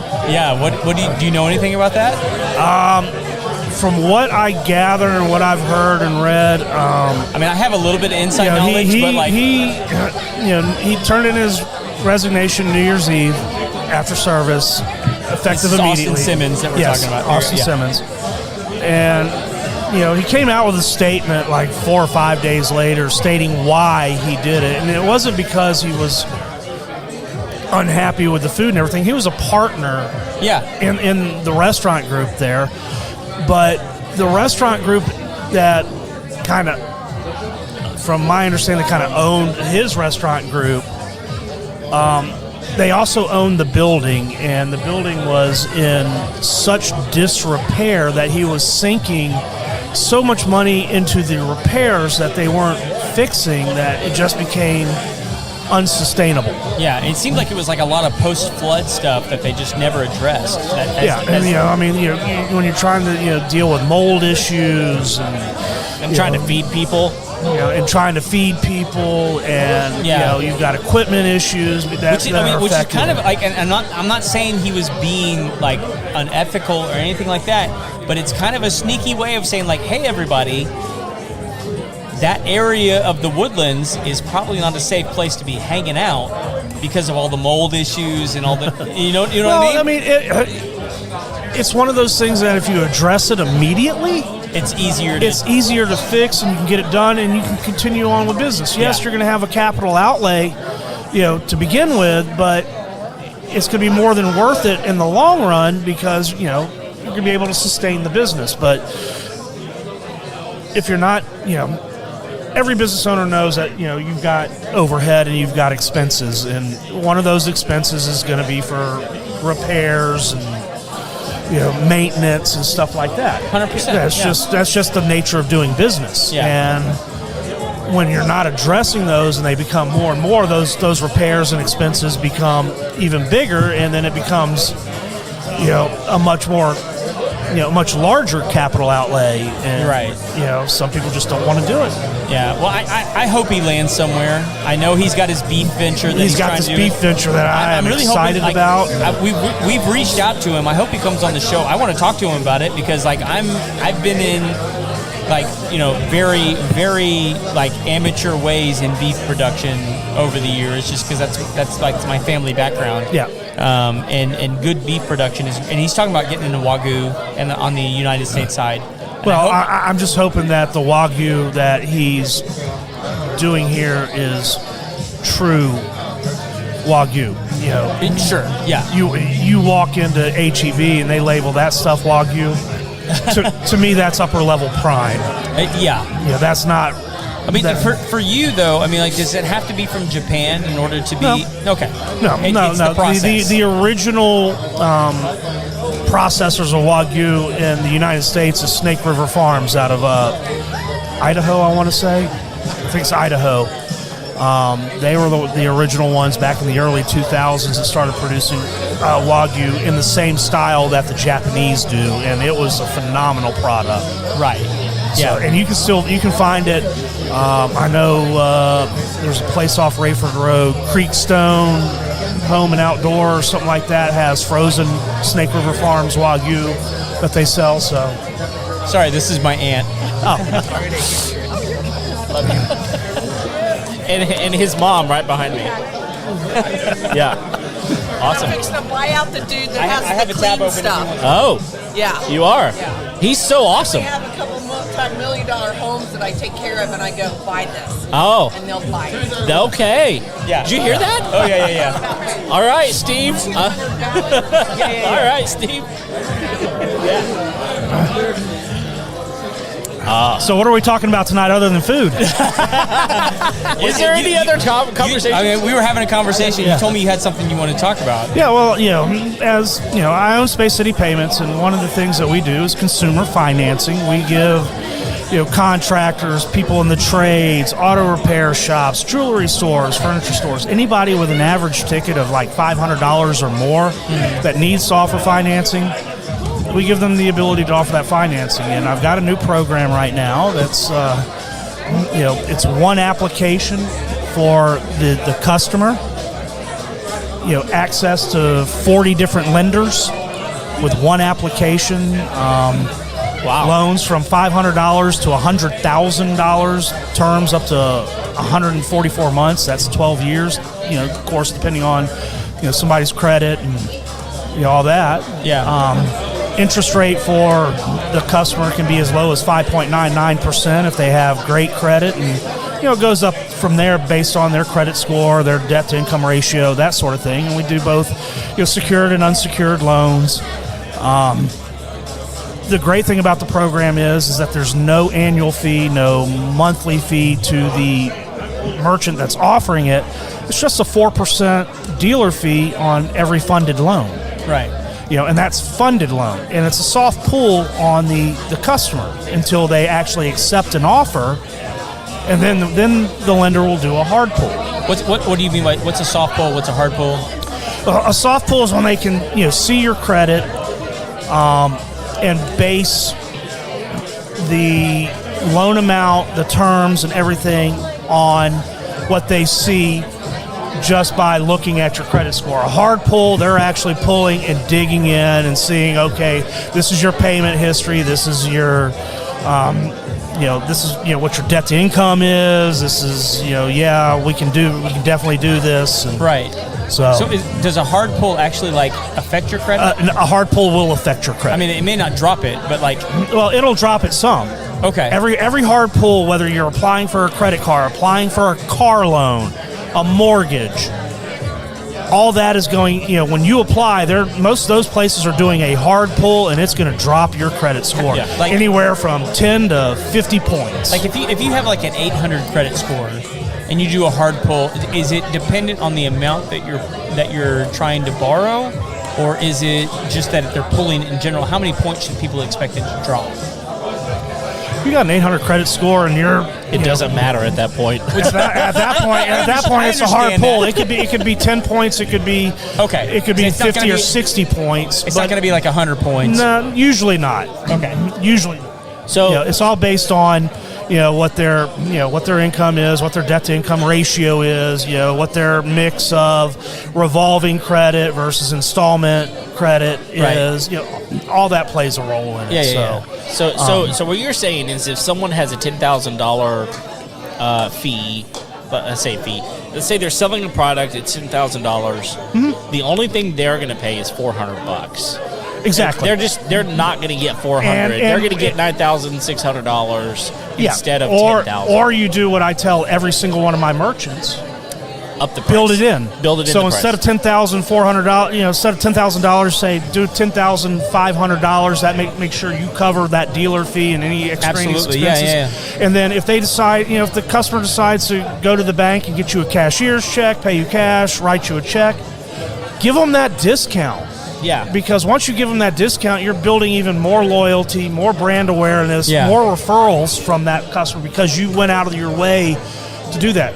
The bottom line is as the merchant, you're still making $10,000. Right. Yes. That's still a good ROI there. And when you think about, people in the trades, especially the people that do remodels and stuff, and what their margins are, that's they're still doing okay. They're still doing okay. Yeah. I've had one client that the first year he was with me did over $500,000 to his bottom line because he offered financing. Wow. Last year that fell a little bit to about $300,000, but again, people were real nervous about the economy, nervous about the election. For sure. They just weren't willing to spend money, and the banks had also tightened up some as well, and a lot of loans that were used to be unsecured loans all of a sudden became secured loans. Yeah. Just because when we go through recessions like we've been, and I don't care what side of the aisle you're on or whatnot, we've been in a recession for the last year and a half, 2 years. Whether or not they're willing to say it or not. Whether they're willing to say it or not, we have been. Banks tighten up. Yeah. Interest rates go up. I mean, look at mortgage rates. Look at our insurance rates. Everything has gone up.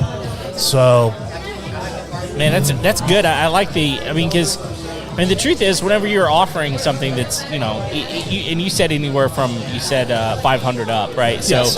But especially whenever you're offering something that's 5 to 10 up $1,000.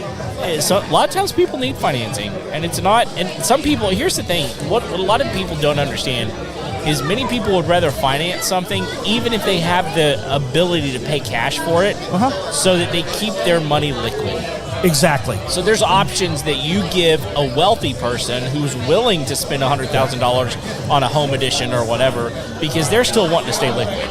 Exactly, and also take into account, these loans are simple interest loans versus, if you put it on a credit card, that's going to be compounded interest. Yeah. So, I know a lot of people want to put stuff on their credit cards because they want the points and stuff like that, but then you're paying compounded interest on it instead of a simple interest on that loan. Right. Also take into account that the average credit card rate these days is like 23%. She's back. The average credit card rate is 23% nowadays. Yeah, we did a whole episode about how Home Depot is like charging like 29% on their Home Depot card. So come on in here, Adrian. You can sit down. That's fine. So so like if merchants are looking for guys guys like Adrian, to sell their higher ticket items, to give good financing on that's not going to like drop their credit by like 100 points or whatever. Yeah. How do they get a hold of you? Well, you can get a hold of me at david@spacecitypayments.com. You can go to my website, spacecitypayments.com. I've got a forms page there, or you can reach out to me, 737-932-2160. That is my cell phone, and I answer. Yeah. How long does it take someone to get set up with financing? How long does it take the merchant to get set up with you to offer financing? I can usually, once I get all the information and get it entered, I've seen it be approved in as little as 2 minutes. Oh wow! Yeah, and I've seen it take as long as an hour. Okay, it just so depends very quick. Just depends on my guy, and then they get a series of emails and stuff like that. But we can get you set up really fast. Awesome. And go from there. Awesome, man. Thank you so much for sitting down with us. Appreciate you. My pleasure, man. Yeah. All right. Are you the next guest, or do you just lurk in here? Lurking? Hey, hang on. Throwing the stanky eye, David. Here comes in, and by the way, Adrian here is actually, he's not one of my clients, but he does use the platform, one of the platforms that I represent. So awesome. He can vouch for us. And so listen, if you want to be one of the guys that gets one of these at the end of the night, you got to go on the feed and comment.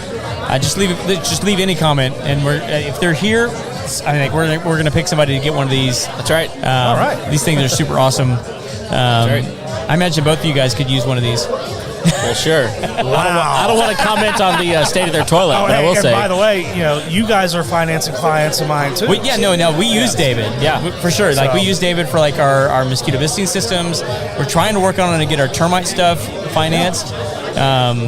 So we'll get you switched over on that one as well. He's working hard to try and do creative finance. Say what now? Financing is a game changer. Absolutely. It's about 80% of our business. Really? We do about $3 million worth of revenue a year. About 80% of that is finance. Really? Yep, absolutely. Because if you're talking about getting an interior remodel done, right? Because that's what we do, kitchen and bath remodeling. It could be, $70,000, $80,000 to remodel a house. Well, it wasn't really what I was thinking. We just wanted to get the floor done and the walls painted. It's like, okay, well, we could do all this stuff. Why don't we put it all in there? It's going to turn out to be about $800 a month. Oh my goodness, $800 a month. It's like, well, that car out there, what's your payment on that? Well, it's about $700 a month, $800 a month. Okay, and it's depreciating in value. Yeah. Let alone, I'm going to come in here and make your house appreciate in value for the same costs. And then, and that's where you pitch payment over price. Yeah. 95% of people out there can't put $10,000 together if need be, but we are all payment buyers. Sure. Yeah. All right, David. Thank you so much. Thanks, David. Appreciate it. Thanks. All right. Well, Adrian, glad you're here, man. But I will say that you're over here wearing an all-star AC and heating hat, but that's not what you do. That's not what that's I not do. your No, business. It's the hat that I had in the truck. No, it's okay. It's okay. But I guess my point is, you should tell people, even though you've been on the show multiple times, you should tell people who you are and what you do.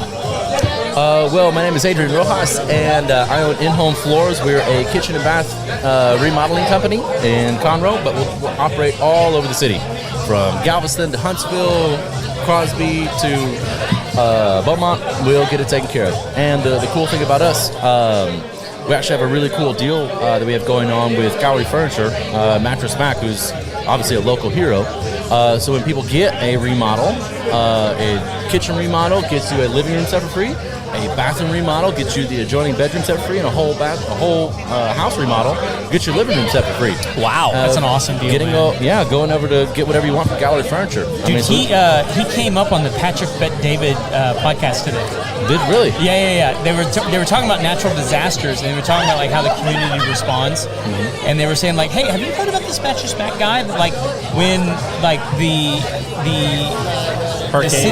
hurricane happened, the church shut down, but Mattress Mac opened the store so that people could jump in and live there for a while and actually find refuge. And like, so like exactly this guy, like look, brilliant marketer, incredible businessman, provides a quality product, and it's incredible. Like you got to meet him and do a commercial with him. Yeah, we've done a few now. And it's a really neat thing because where he's at in his life, he doesn't care what anybody else thinks. No. He's going to do whatever in the heck he wants to do. He was doing commercials from the hospital. Yes. You know what made me feel really better is if you went and came by furniture. You go back, love that guy. today. Yeah. It's like, my God, Mac. Okay, that's my guy. Yeah, that's awesome. How's it going, Miss Allison? Are we talking about Mattress Mac? We are. Like, how can he not talk about Mattress Mac? Yeah. I mean, We're best friends. Anytime I see Adrian, I bring up Mattress Mac. Here's the Gotta thing check I in know. on him. Speaking of Adrian and versus Allison, which I'm Kevin, by the way, we've just I'm met. Allison. I'm really glad she sat by me instead of you because she smells pretty nice. And I don't know about you, but I don't think he does. yeah. If anything, it's whiskey Listen, and cigars. it's- Cigars. So It is the best I've ever smelled Adrian smell. Oh, okay. Well, congratulations. I you just go. know that she sat down and I was like, that's nice. really took a weird turn. I'm not trying to be creepy or weird. I'm just acknowledging that she did something that All you right, probably so- didn't. That's a genuine compliment. Before we get into Allison's stuff, I want to ask Adrian a question. Okay, bring because it. I have a little bit of inside intel. Okay. I want to know about this chair that you're putting in your shower. Oh my goodness! Is this like an old person chair? No, Okay. it's like a lounge chair. A lounge chair? and that I Tell me more. measured to my dimensions. It's Oh, it's unfortunate I custom can't- built for you. I custom built it for me. Yes, my and the God. guys are installing it. So I turned my closet, my 7x7 closet, into a shower. As you and should. I brought. But who needs a closet? I brought Let me in just a say- a shower. Adrian forgot to mention that this is in his house. He has shown everybody this photo, and everybody's been like, "Wow, that's crazy cool." And he has never mentioned that it's in your house. Yeah, it's my shower. Wow. Okay. So there's a shower chair that I've measured to my dimensions that I could sit just perfectly lounge like a lazy boy chair. But that's only part of it. There's more. Wait, there's more. I've got two separate shower pans in my shower. One is for the green wall for the plants that I'm going to have so that as the water runs off, it drains. Okay. Okay. And the other is for your shower where you have to stand under a shower. But the cool thing is the drain is hidden. See, the way I'm doing the standing part of the shower is you stand on a large paver plate and the water drips off the side into white decorative bull rock that is sloped to a linear drain on one side of the room, and the water drains out. So you stand there and shower and water just beads off the side. You can't actually see a drain because it's under 4 or 5 inches of bull rock. What? I can't. I don't even know what just happened. Here's what I want to know. Are you planning on putting in a separate water heater just for the shower? There's a very strong chance that I'm going to have to. Okay. If I'm going to have, because there's two shower systems in this shower. And this is why I'm asking this question, because There's a standing part of the shower which has a 24-inch by 24-inch rain head as well as waterfall. So it just pours water out. Yep. That's huge. And it's got 6 jets and a hand of wand that'll do water. While at the same time, I can be running a 18-inch by 18-inch shower head with 4 jets and a wand. Oh my goodness. Listen. I have the 18-inch shower head. Mm-hmm. It is magical. Awesome. Yes. Well, see, here's the thing, Listen, Craig. as a bigger dude, like you need something that He's you can talking actually- He's talking about himself, by the way. I am. Not me. Weird. I'm not, That's I'm not not me. disparaging. I wasn't I'm not insulting disparaging you. I'm definitely not disparaging Kevin. Like as a bigger dude, like you need a bigger shower head to like stand underneath, because like part of you, if like a traditional shower head, parts of you are gonna be cold. Oh, that's a problem. Yes. No matter what. That's a problem.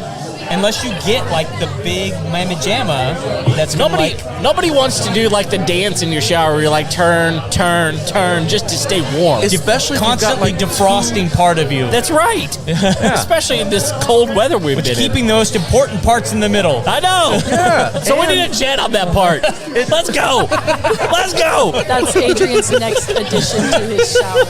Yeah. Absolutely. No, it is hard to maintain the heat, and there is probably going to have to be a separate thing. But the really cool thing is my wireless Bluetooth charger for my phone. Oh, what? So that I could use my phone in the shower, and it could just constantly be charging while I'm standing there in the shower. Oh my! How long do you spend in the shower? That's what I need to know. Not near the same amount that I'm going to. That's not the question to ask. It's not how long do you spend in the shower. It's how good do you want him to smell. Better than he smells right now. There you go. So clean. That's why we're building this thing. Man, here's the thing, Craig, because you and I, to date, have seen the coolest shower ever, and that's in Eric G's house. Yes. He's got the coolest shower to date that we are aware of. That we are aware of. That shower. This could rival This it. could rival, but he has like an... Eric does not have a lounge. Nobody does have an 8-inch touchscreen to control the whole thing inside the shower. And like ambient lighting and such. So what do we got here? Oh my goodness. That's the actual chair. There's the 1, 2, 3, 4, and then the shower head that does the rain right on top of that. And then on the other side, this is where, because it's being constructed right now. Is that a bench? That's the bench. Okay. Yep. And then on this side, you've got your 6. There's one there, but the thing snapped off. Plus the hose for the wand, the controller, and then you can't see it, it's out of frame, but that's where the tiling is currently. It's being constructed, and this is where you're going to stand. It's going to be a fantastic fishbowl magazine. Is that a BlackBerry you're showing us? What is that device? Oh, no. Are you kidding? You haven't seen the these foldable phones? screen. Have you not seen This this? is a foldable His screen. mini iPad? What? Okay, I don't need to see all your photos, please. But still, Please. the ones that you took in the shower. You have no idea how many that is, shower photos you would need. That's to next see. level.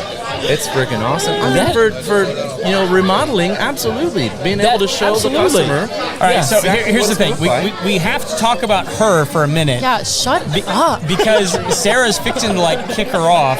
Yeah, I just got here and I haven't even talked about myself. So What is this? introduce yourself and tell everybody what you do. Okay, my name is Allison Anderson. I do business development for Heroes Lawn Care. And Heroes Lawn Care is a irrigation, lawn care treatment, and pet waste removal company. Pet waste removal. Yeah. Nice. We call it Duty. Oh. And our Low man on the irrigation- totem pole gets that job. Hey, Is that, no pile left behind. There you go. Perfect for Texas marketing.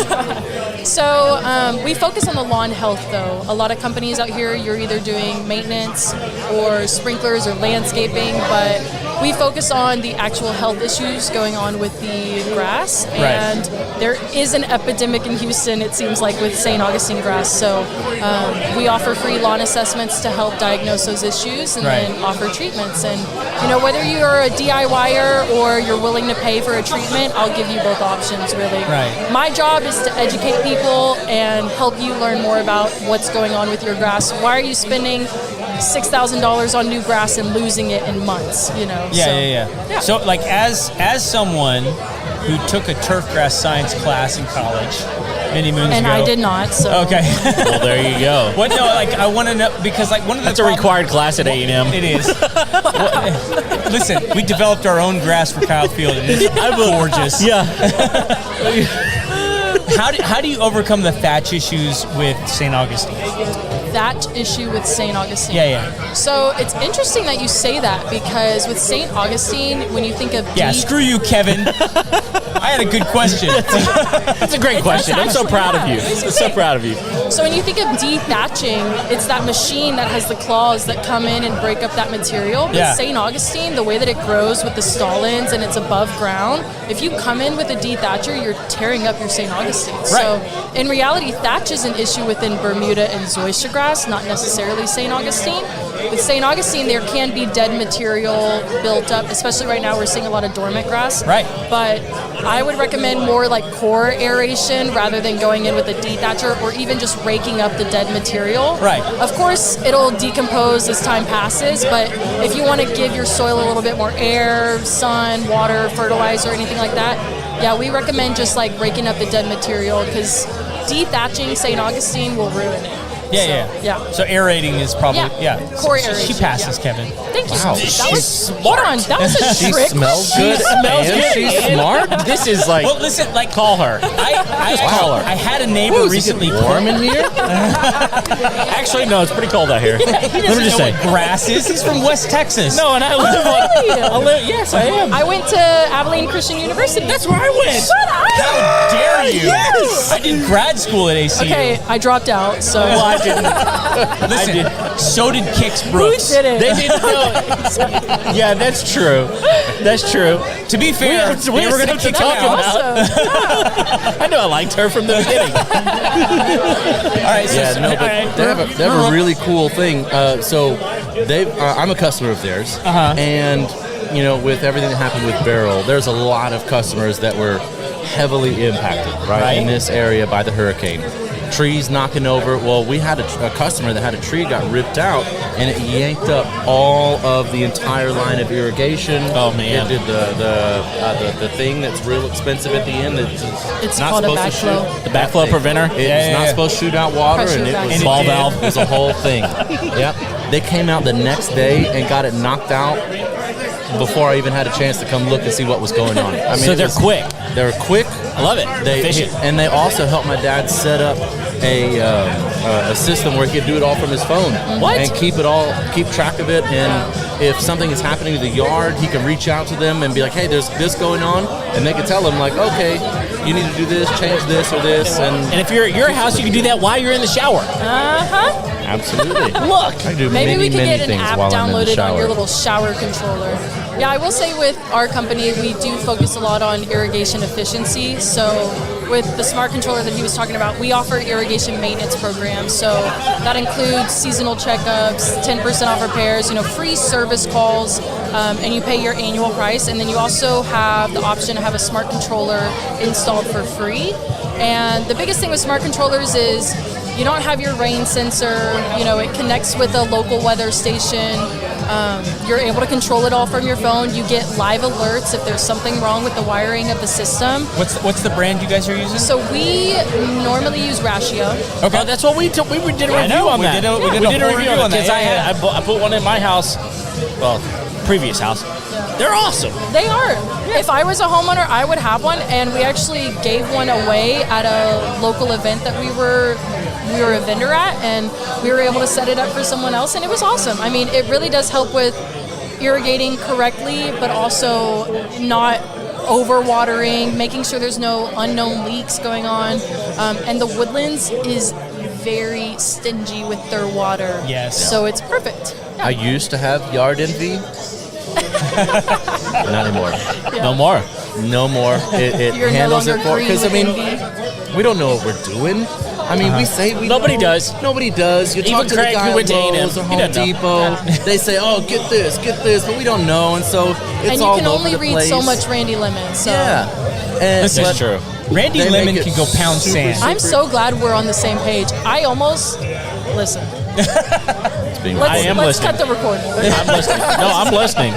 Let's There go. is my biggest accomplishment with my position has been selling Randy Lemon customers. And I walk in and they, straight off the bat, they tell me, I listen to Randy Lemon. That is my go-to guy. That's who I listen to. That is... He's not stupid, but don't he's know not who this right is. every Yeah. single time. Yeah, listen, I grew up driving to church on Sunday mornings and my parents would put Randy Lemon on, so I totally get it. But they're DIYers. They think they can do it themselves. Yes. And so when I go to a house and I say, yeah, that's root rot. You have root rot, and I can do a test that verifies that. And Randy Lemon has an article on root rot, so I'm not lying. You can trust me and you can believe me. Selling a Randy Lemon customer it's an accomplishment. It's a big feat. For sure. Yeah. Yeah. So. All right, so I've got a question. I'm going to need you to move along because Bye-bye. I'm getting this thing. Like Sarah's like, you don't want to be on her bad side. I didn't He's want to been just getting put the it down signal and to walk get off. out of Like, here this whole time. I've got to just. We got to bring somebody else on.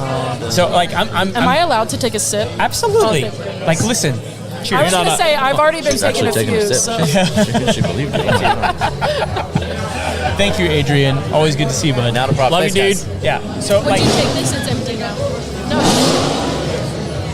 so That dude's cool. As you hand off your empty, Thank you. What I want to Adrian. know is because Kev, That dude's really cool, man. oh, man, He's so cool. You think he's packing or compensating what? for something. Oh, definitely. Actually, he's not packing. That's why he's doing that. Did you grow up Church of Christ?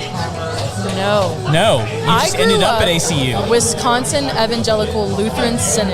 And which you is wound up where at I was- ACU? Did you and play I sports? wound up. Oh, that's what it was. What was it? Play sports. So That's what it I was. actually was the first recruited class for beach volleyball at Abilene Christian Wow. University. Yes. You look like a volleyball player. Thank you. I love that compliment because I'm tall. I'm Sure. lanky a little bit, but yeah, I mean, And oh, you know some people that I know. who? Well, we'll have to get into that. Yeah, okay. Well, I know. Yeah. We can't name names. When, got it. when, No, we when, can were, name when were you names. there? When were you there? 2019 to 2021. Okay. Yeah, I'm sure you know. It's people it's that a little past my time. I did get to the experience crisps. The crisps. You know crisp? Oh Yeah. my gosh! Yeah. Yes. Of course, she's like the best volleyball player ever. Holy moly! Yeah. Actually, I really didn't think that we would know the same. No, people. I know. I hate to It's age because you, Caleb but- is a friend of mine. So Yeah, that's awesome. John and Caleb, but John's Okay. wife, Yeah. who is the volleyball coach I at was gonna McMurray. say, Yeah, she's awesome. wow, that you know her. The connection goes deep. Yeah, it does. Okay, I like this guy. Yeah. That's Well, awesome. and his grandpa is Royce Money, who Yeah. used to be the president. Oh, of geez, ACU. So, really? yeah. Wow. Yeah. I know people. Hey, West Texas ain't big. No, it's not big. So It's not we big. know a lot of people. It's That's connected, I mean, though. it's spread out, yeah, but Yeah. it's not many people for sure. That's right. But That's yeah, awesome. I played beach volleyball there, and then COVID hit. Which and is then- really hilarious that there's beach volleyball at Abilene Oh, Christian. you're telling me about it. Plenty Well, of you know what's sand. funny? We started playing at Hardin Simmons' little Oh. recreational beach volleyball court, which was absolutely horrible. And then we finally got enough money for beach volleyball courts on campus, Oh. and then COVID hit. So You know what? When I was at ACU, which was before you, the best beach volleyball court in Abilene was at Sonic. Sonic? Yes. Yes. It was so That's good. what I used to The one play. on Judge Ely? Yes, yes. So good. You know those? Can I cuss? Yes. Okay, you know those shitty apartments on Judge Ely? All of them. They're right ones? across from like Taco Bueno or something. Oh yeah, I know exactly what you're Yeah, I talking paid about. like $300 I have a in rent love-hate there. relationship with Taco Bueno. Oh, I love it. I didn't try it once while I was out there. Thank you. Because So good. I thought it was Because it's terrible. Yeah. Oh, it's so good. You know what I It's did obviously try? terrible from the outside. No, it's Rosas. so good. Roses is great. Roses is the a one. whole different See, level. that's the thing. But you It's like can't everyone's compare like, them. oh, it's like, but like you can't guys compare realize them. that like your favorite Mexican restaurant is a fast food thing. Yeah. It's like 2 notches above Taco Bell. No, I think it's below Taco no, Bell. it's definitely not. I But say that as someone that's literally never tried Taco Bueno, so oh it's well, you can't strictly do from that. No, it's aesthetic actually really, really good. I will Roses is say- at a different level. I will say this: it was a big deal. Was it Taco Bueno that got in the bean? No, What was in the bean? no, I don't even know. There was what a Mexican in the place bean. in the bean. I don't remember that. Back in my day. Del Taco. Maybe. No, I don't know of a. I don't even I don't know of a. I don't know of one. There were several restaurants in the bean. Yeah. Well, there were, but But there was a back- Mexican place in there. I don't remember what it was. You know, I block out a lot of my memories from ACU. Either I block them out or I was blacked out. Listen, and I don't. here's the thing. We were called Almost Christian University. There you go. Okay. There you go. So, What like here's the thing, and like this is something that I absolutely 100% ascribe to. Is I used to be in college ministry, right? And I can't even tell you how many parents come to me and say, "What's the best Christian university to send my kids to?" And I would be like, if you're sending your kids to a Christian university to try and fix them, you've already lost the battle. You should probably send him to A&M. No, really. Yeah, at that point, no, genuinely. Like the best Christian university, like from my perspective, was A&M. Not because it's like a Christian university, They got but a great because Bible chair. the Christians are going to find one another because they're looking for one another. Yeah, they are. If you go to Abilene and you're looking for meth, you're going to find meth. Yeah. If and you're sex going, traffickers. I mean, like it's legit. I mean, like, and it's like there was a huge contingency of kids there that were like there because their parents sent them there to get them fixed, Yeah. and they just went off the deep end. You're because, speaking my language. because they all of a sudden like realized like, oh my gosh, mom and dad aren't watching anymore. I can do whatever the hell I want. Right. And now and the parents are like chilled out because they think their kids are at a Christian university, thinking like, oh, now they're under control. Yeah. And like, no, they're not. They have a lot more freedom than they used to, and they can do whatever the hell they want, and now they're going to get even worse. Yeah. The curfew didn't stop anybody either. No, it never stopped anybody. No. There were workarounds. Well, and the one thing about ACU is their curfew goes away after their freshman year, really. Because that's when you stop having to live on campus? Is that right? No. Actually, you have to live on campus sophomore year freshman and too, but there's no sophomore, curfew as a sophomore. Oh, Yeah. okay. So I was only there as a graduate student, so I had no rules didn't whatsoever. matter. No, it really after your sophomore year, there's nothing. Yeah. So unless you live on campus, like if you live in the apartments, you still have some rules, but Yeah.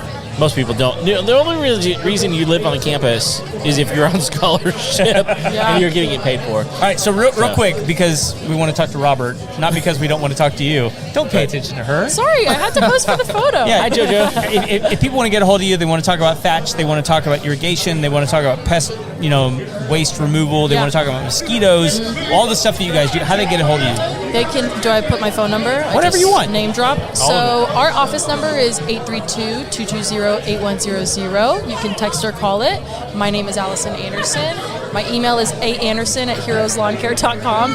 Heroes is spelled Heroes, by the way.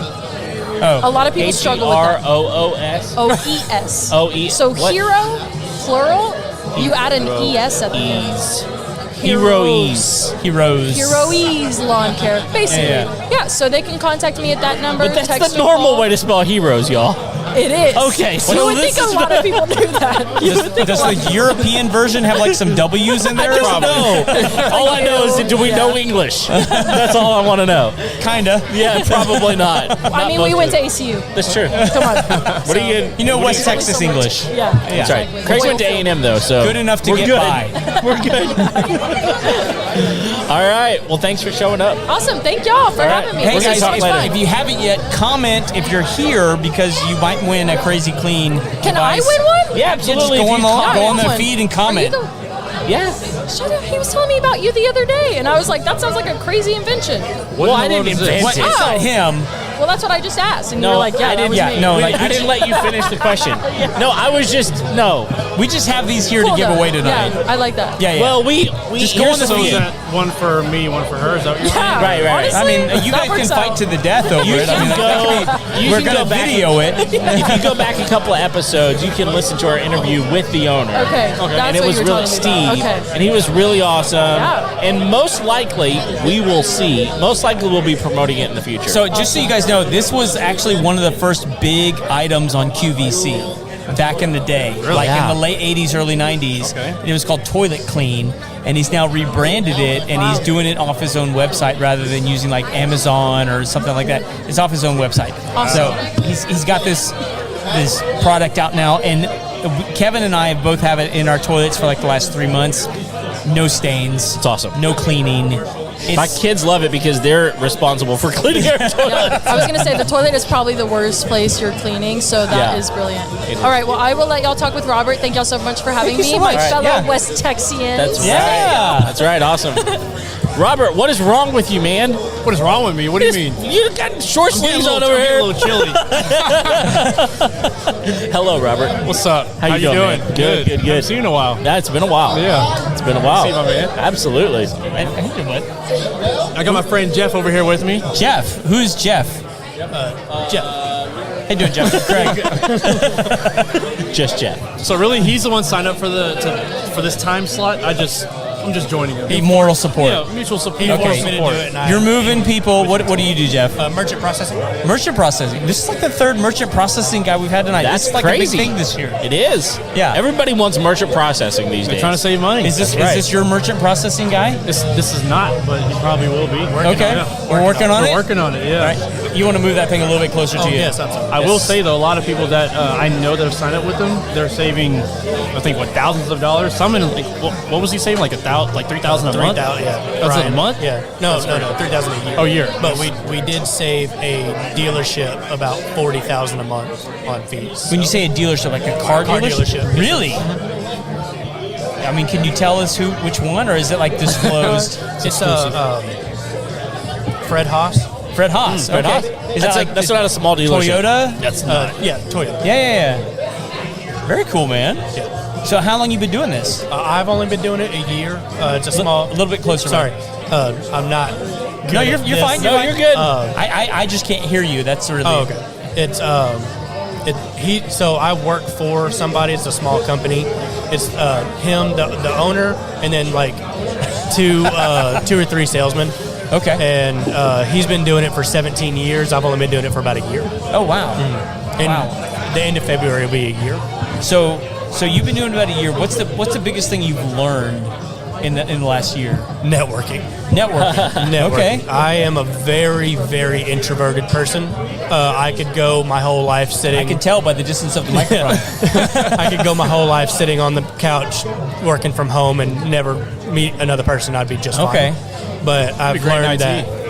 yeah. But I've learned that you have to get out there. It's becoming more of a digital world and a networking world to where if you don't meet people, you're not going to succeed. Yeah. It's really that's really always been like that. Yeah, no, 100%. It's always about who you know. Yeah. It's instead of what you know.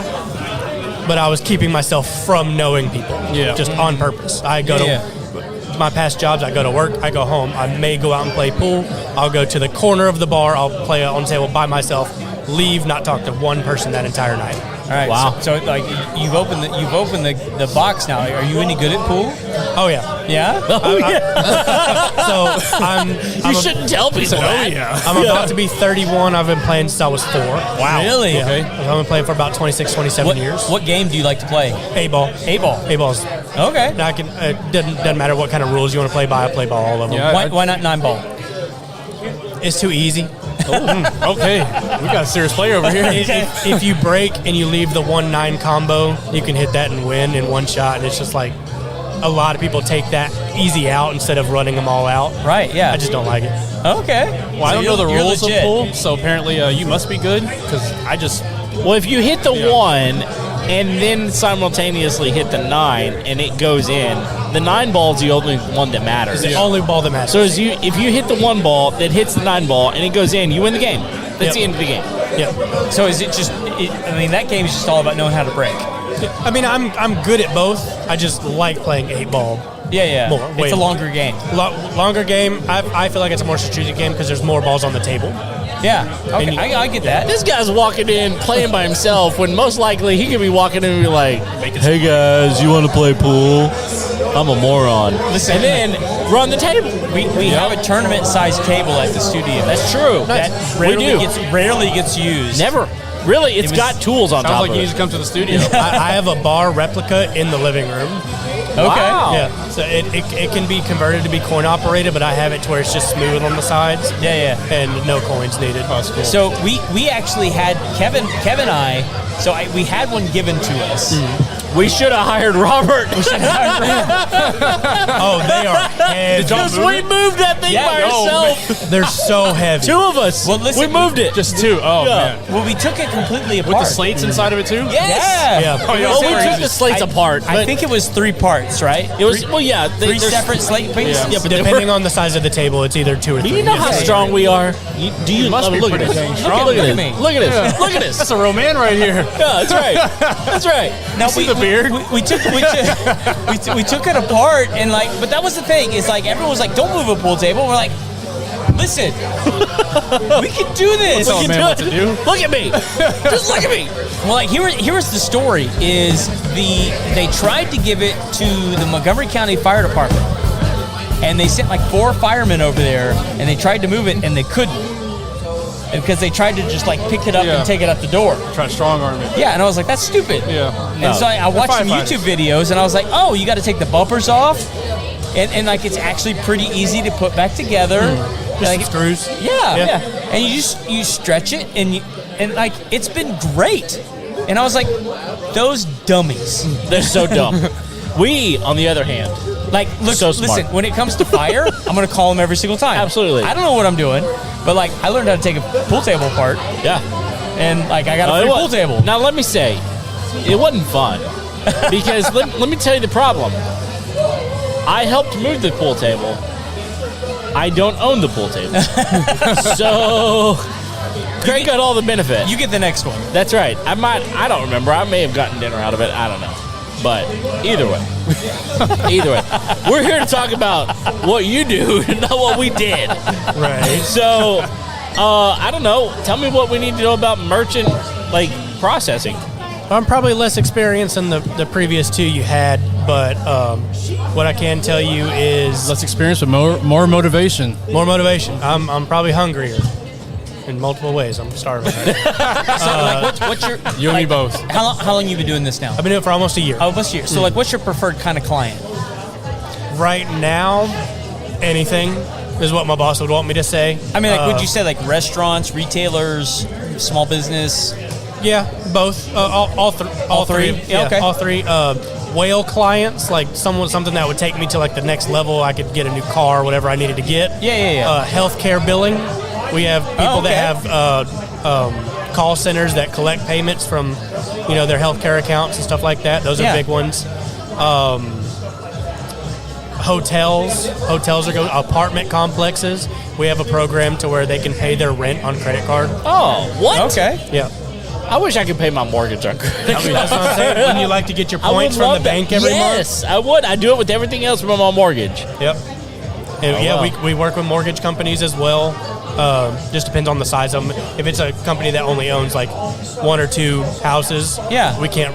Our numbers aren't going to look as good as. It'd still be the same percentages of savings, but it wouldn't look as good the people that have hundreds of houses. For sure. Well, I do have a customer that I think owns a hotel. Mm-hmm. What? Because she said they manage a hotel, and we need to pick up something from the hotel and take it to their home. So I'm going to actually talk with her about that. Okay.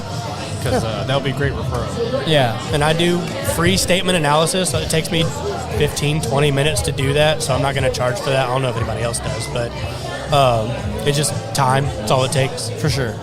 So. Hey, do y'all notice that when we started the show, we had a massive crowd out here, and all of a sudden the temperatures dropped 15 degrees, and nobody's out here? I just started wearing these dress shoe type of shoes. No insulation. No whatsoever. insulation. Yeah. Little chilly. No love to the Tootsies. They're refrigerated pigs right now. It doesn't help that these seats are also metal too. Oh, I know. So and Sarah keeps bringing us people. So yeah. Which we love, y'all. It's fine. I actually have a question for Robert, because I think I talked to you about this not too long ago. Mm-hmm. Moving pianos. Have you moved many pianos? We moved one today. Did you really? Yeah. Whoa. What kind? It was a baby grand piano. Baby grand piano. Yeah. Let me see if I got pictures of it. Okay. Do you have a piano tuner that you call when you move them? Well, you're supposed to wait 6 months after you move it before you tune it. I understand. Okay. But you have a tuner. Piano.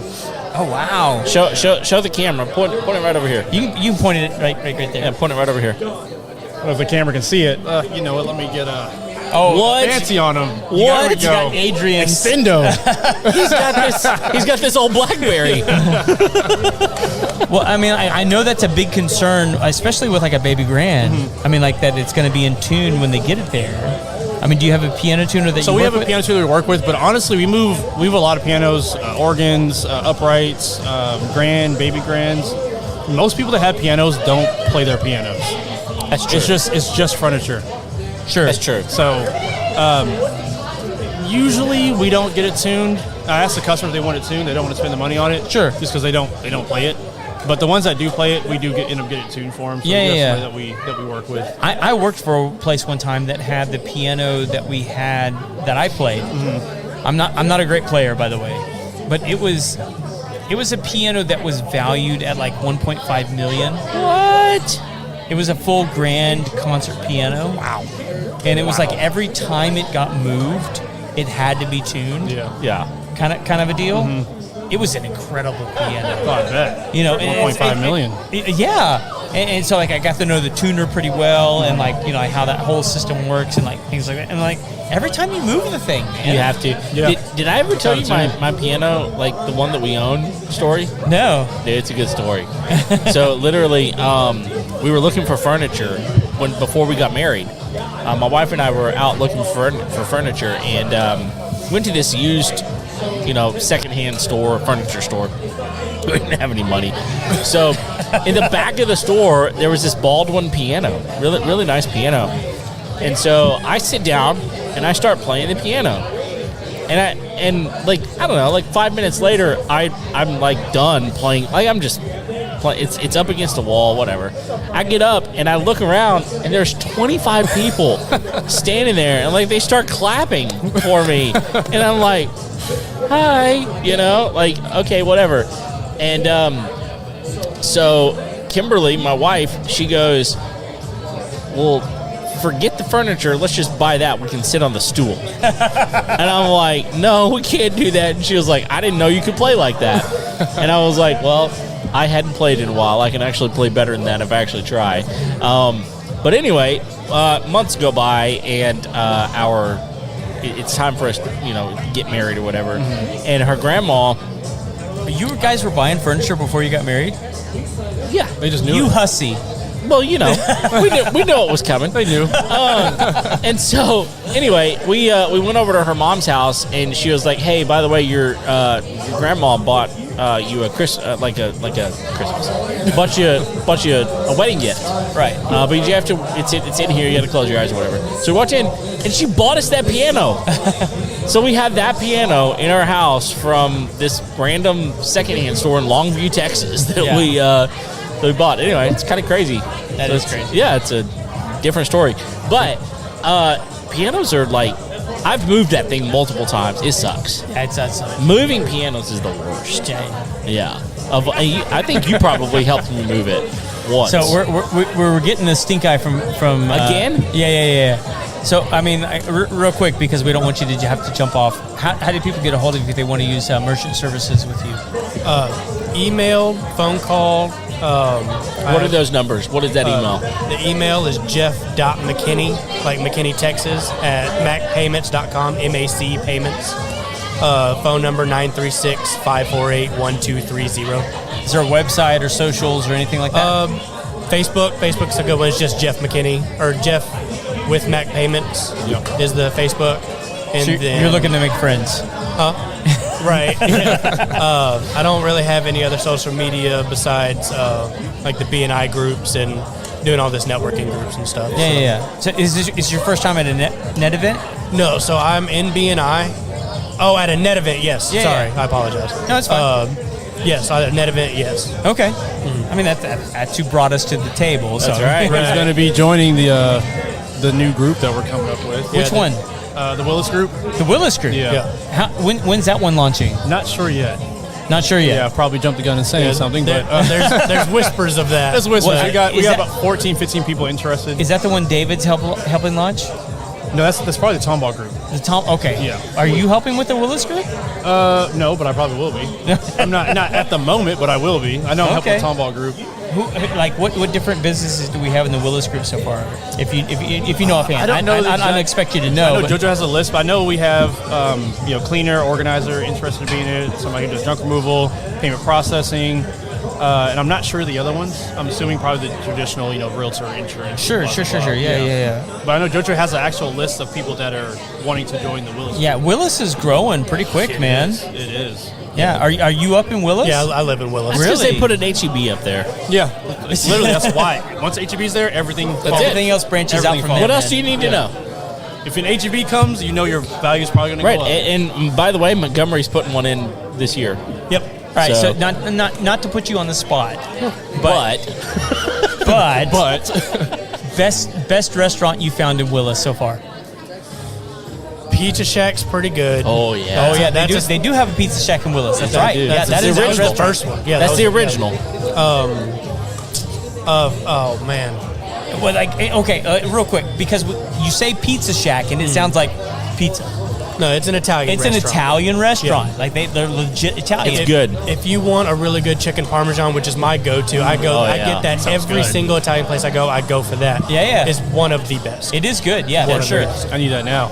Yeah, my wife gets it with she gets the chicken parmesan at Pizza Shack with the Alfredo, fettuccine Alfredo on the side instead. Yeah, it's a $5 upcharge. Yeah, it is. If you walk over there right now and get some fries or some fried pickles or something, I will split them with you right now. Okay. What? I've been sitting here for 2 hours and I need some calories. Sarah keeps bringing us people. I'll split them with you and I'll pay for them.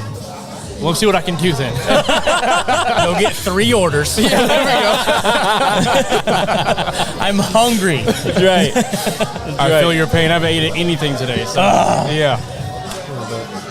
I don't know if I want to show my card to the camera. Show the card. Oh, yeah, it's all metal. Here, let me. What? Is it metal? This is metal. I could cut you with this right now. Thank you. Right here. Oh, dude, that's legit. Everything we do is on the back. I don't know if they can see it. ACH payments, mobile terminals, no contracts, credit debit payments, invoicing. This is a straight metal. I've never seen like a. Is it magnetic? That's a good question. Maybe. Could be. It's metal. Yeah.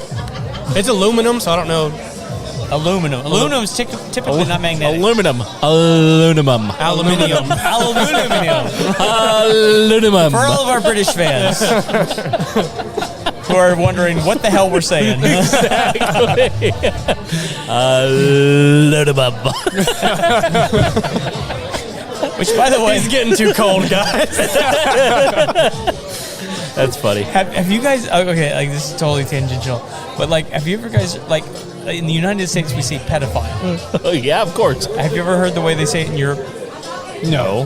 Pedophile. What? Oh, I have heard that. Yeah. Pedophile? Pedophile. What? Yeah. And so, like, there's an episode of the IT Crowd where there's a guy named Peter File.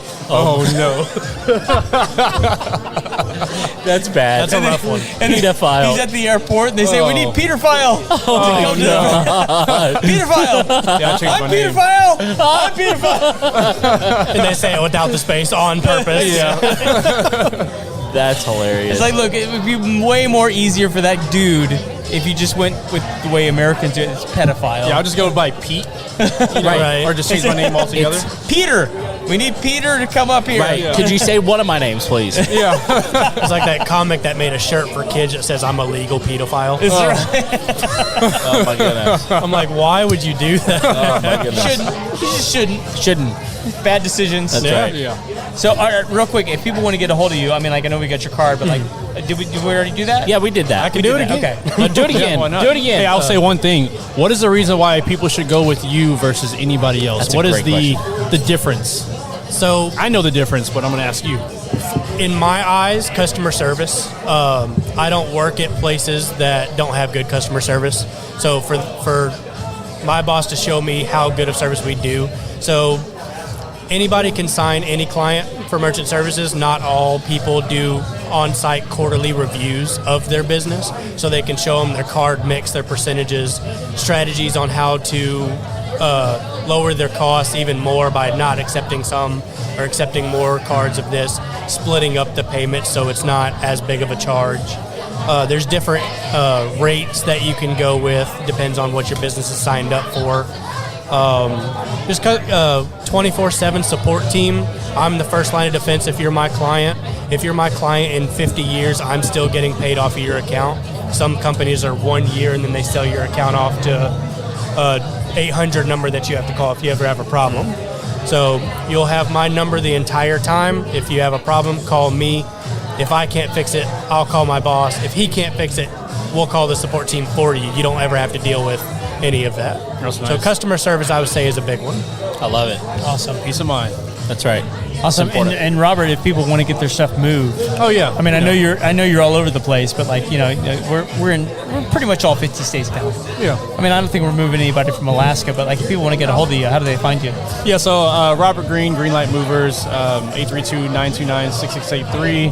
My email is robertgreen@glmovers.com. I almost forgot my email. Website, www.glmovers.com. And, of course, you can find us on Facebook, Greenlight Movers, Instagram, Greenlight Movers. And just get a little blurb about us. We just care about customer service. That's all we care about. We come in, whether we're moving one item, the entire house, packing, unpacking, whatever it may be, we just want to make sure we do it with customer service and quality first. Awesome. Thank you guys for jumping in with us tonight. I mean, That's right. Appreciate it. Yeah. One last thing, the amount of testimonials I've heard of this guy is out of this world. Oh yeah, he's good. Yeah. It's No, I've been working with insane. Robert for years now. Yeah, he He's moved incredible. us. He packed our whole house. Yeah. We moved it, but he packed it, and man, it was a great experience. So And that's not normal that we usually pack somebody's house and not move it. That was probably one of the first few times we've done that. it was odd. Yeah. I realized that. I'm cheap, but I didn't want to pack it. I can carry it, but I don't want to pack it. I mean, you say you're cheap, but you still paid us to do the job. So I you're really did. not cheap. No, it's true. I guess you just see where you want to spend your time. I have told so many people, it's like, if I ever have to move again, like, you either have to, like, pry me out with a crowbar or you have to hire Robert. 100%. I'm not doing it myself. No, especially whenever you talk about a barn. Like, whenever you got to move a barn, now it's like a whole nother thing. Yeah, if you move, I want your house. Yeah. I want your house. Right. Yeah. Dude, well, yeah, now that I got my shop all finished. No, actually, your shop is cleaned out. Your shop is cleaned out, really. I know. I mean, it looks nice. Dude, I've got like, now I have like 2,000 square feet of just like floor space. That's weird. Yeah. It's awesome. It's like I can move stuff in. Give it 2 years. Shut your dirty mouth. Also, secret for the pool table, take the slates off. If you have any extra felt, put it on the rails. It quiets everything down. You can't even hear the balls drop. Really? What? That's actually where my pool table is in the shop. I bet it echoes too, doesn't it? No, well, to be fair, I don't use it that much. He wouldn't know. Fair enough. Yeah. It's more like eye candy. It looks cool. I know the life. Sounds like you need to go over there and get on the podcast over there. And he knows about eye candy. I do know about eye candy. Yeah. I look in the mirror every morning. It's a terrible curse. It's a terrible curse. Well, you got to do what you got to do. Yeah. Look, it is what it is. Awesome. Thank you guys for sitting down. Yes, thanks for having me. Yeah, if you guys want a chance to win one of these, jump on the feed and leave a comment. We'd love to give one of these away to you guys tonight. Want this. So leave a comment in the feed, and we'd love to. It's going to go to somebody who's here tonight. That's right. So it might as well be you.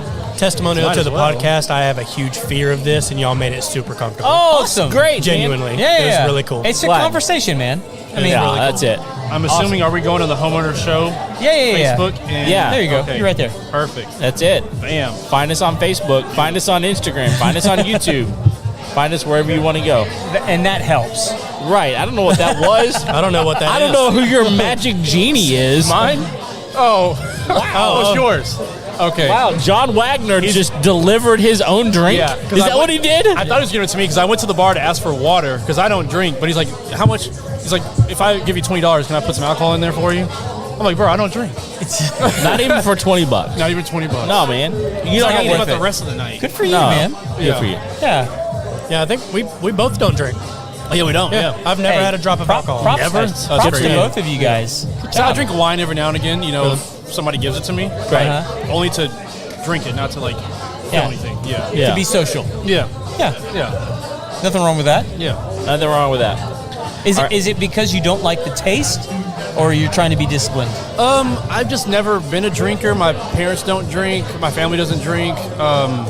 It's more of I just don't like the way it makes me, like, if I get, like, obviously drunk. Like, I just don't like the way it makes me feel. Like, if I drink, I can't go play basketball. I can't go, spar. I can't go run or, like, Do you box? Run. Kickboxing. That's the reason I don't do it. Yeah. For those reasons, sparring exactly. and what was the other one you said? Basketball. running, Also basketball, yeah, basketball yeah. and sparring. That's the reason I don't. With the red hair, I determined that you would be really amazing at basketball. Of course. Yeah. Yeah, an you'd be inside sport, surprised. not in Like the sun. I surprise people. I surprise people with my athleticism. It is unique. I'll tell you that. You'd have to be. Yeah. Yeah. Let's go play golf together, and then we'll talk about unique. Yeah. But that I'm good at. Do I get to bring a No, I'm baseball not bat? good at it. A base to play golf? Starting. Yeah. Or just to get beat into me? golf. I don't know. I don't know what's going on here. Either way, I win. I Let's feel go like play either golf way I and then lose. let's go play pool. Okay. Hey, you know what? That's a good day. The last time I golfed, the club went with the ball. Oh. Yeah, I was like, Oh, Ouch. there it went. Yikes. Hey, my son just got was gifted at Christmas a VR the Oculus my daughter has one. Quest version 2. Yeah. The new 3 came out, so he was gifted a 2 from someone that upgraded to 3. And I got the Golf Plus game. Holy crap! That is unbelievable. Have y'all seen the videos of the people on Meta with the virtual reality freaking out? Oh, why? I have, yeah. Why were they freaking out? Yeah. Because like they're falling. Oh, yeah. Well, there's a couple of games. Like there's one where you're rock climbing, and if you look down, it's like you're. It's unbelievable. Yeah, you feel like man. you're really. My daughter has a Quest 2 as well. She asked for the Quest 2. I was like, girl, I'm not buying that. But I was like, you already have a Quest 1, or Quest 2. Right. It's so like, good. yeah, it feel like you're in it. Like you look feel around, like you're in it, and it feels like you're in it. Like, You're there. It's crazy. It is. If you guys haven't seen, like, it's really funny because like they break their big screen TVs. Oh, yeah. They dive through the walls. Oh, It's just like, Or they're walking on the log and they push them off of the Yes. log. Yeah. Oh, there's you a forget you're in the real. Like you forget the real world is around you. Yes. there's a walk the plank game. Where you're like- Just on the edge of the building. Yeah. It's like crazy. Yeah. Crazy stuff, man. Well, dude, I think this is our last guest. Okay, well we better cut it off here. Thank you guys for joining us, and thank you all of you out there listening. We appreciate you very much. If you have not already subscribed to our show, shame on you. You should have done it already. Yeah. Look, you can find us on YouTube. You can find us on Facebook. You can find us on Instagram. You can find us on our website, homeownershow.com. Email us at info@homeownershow.com. Whatever you find us on, we appreciate you very much. Until next time, we'll see you later. See ya.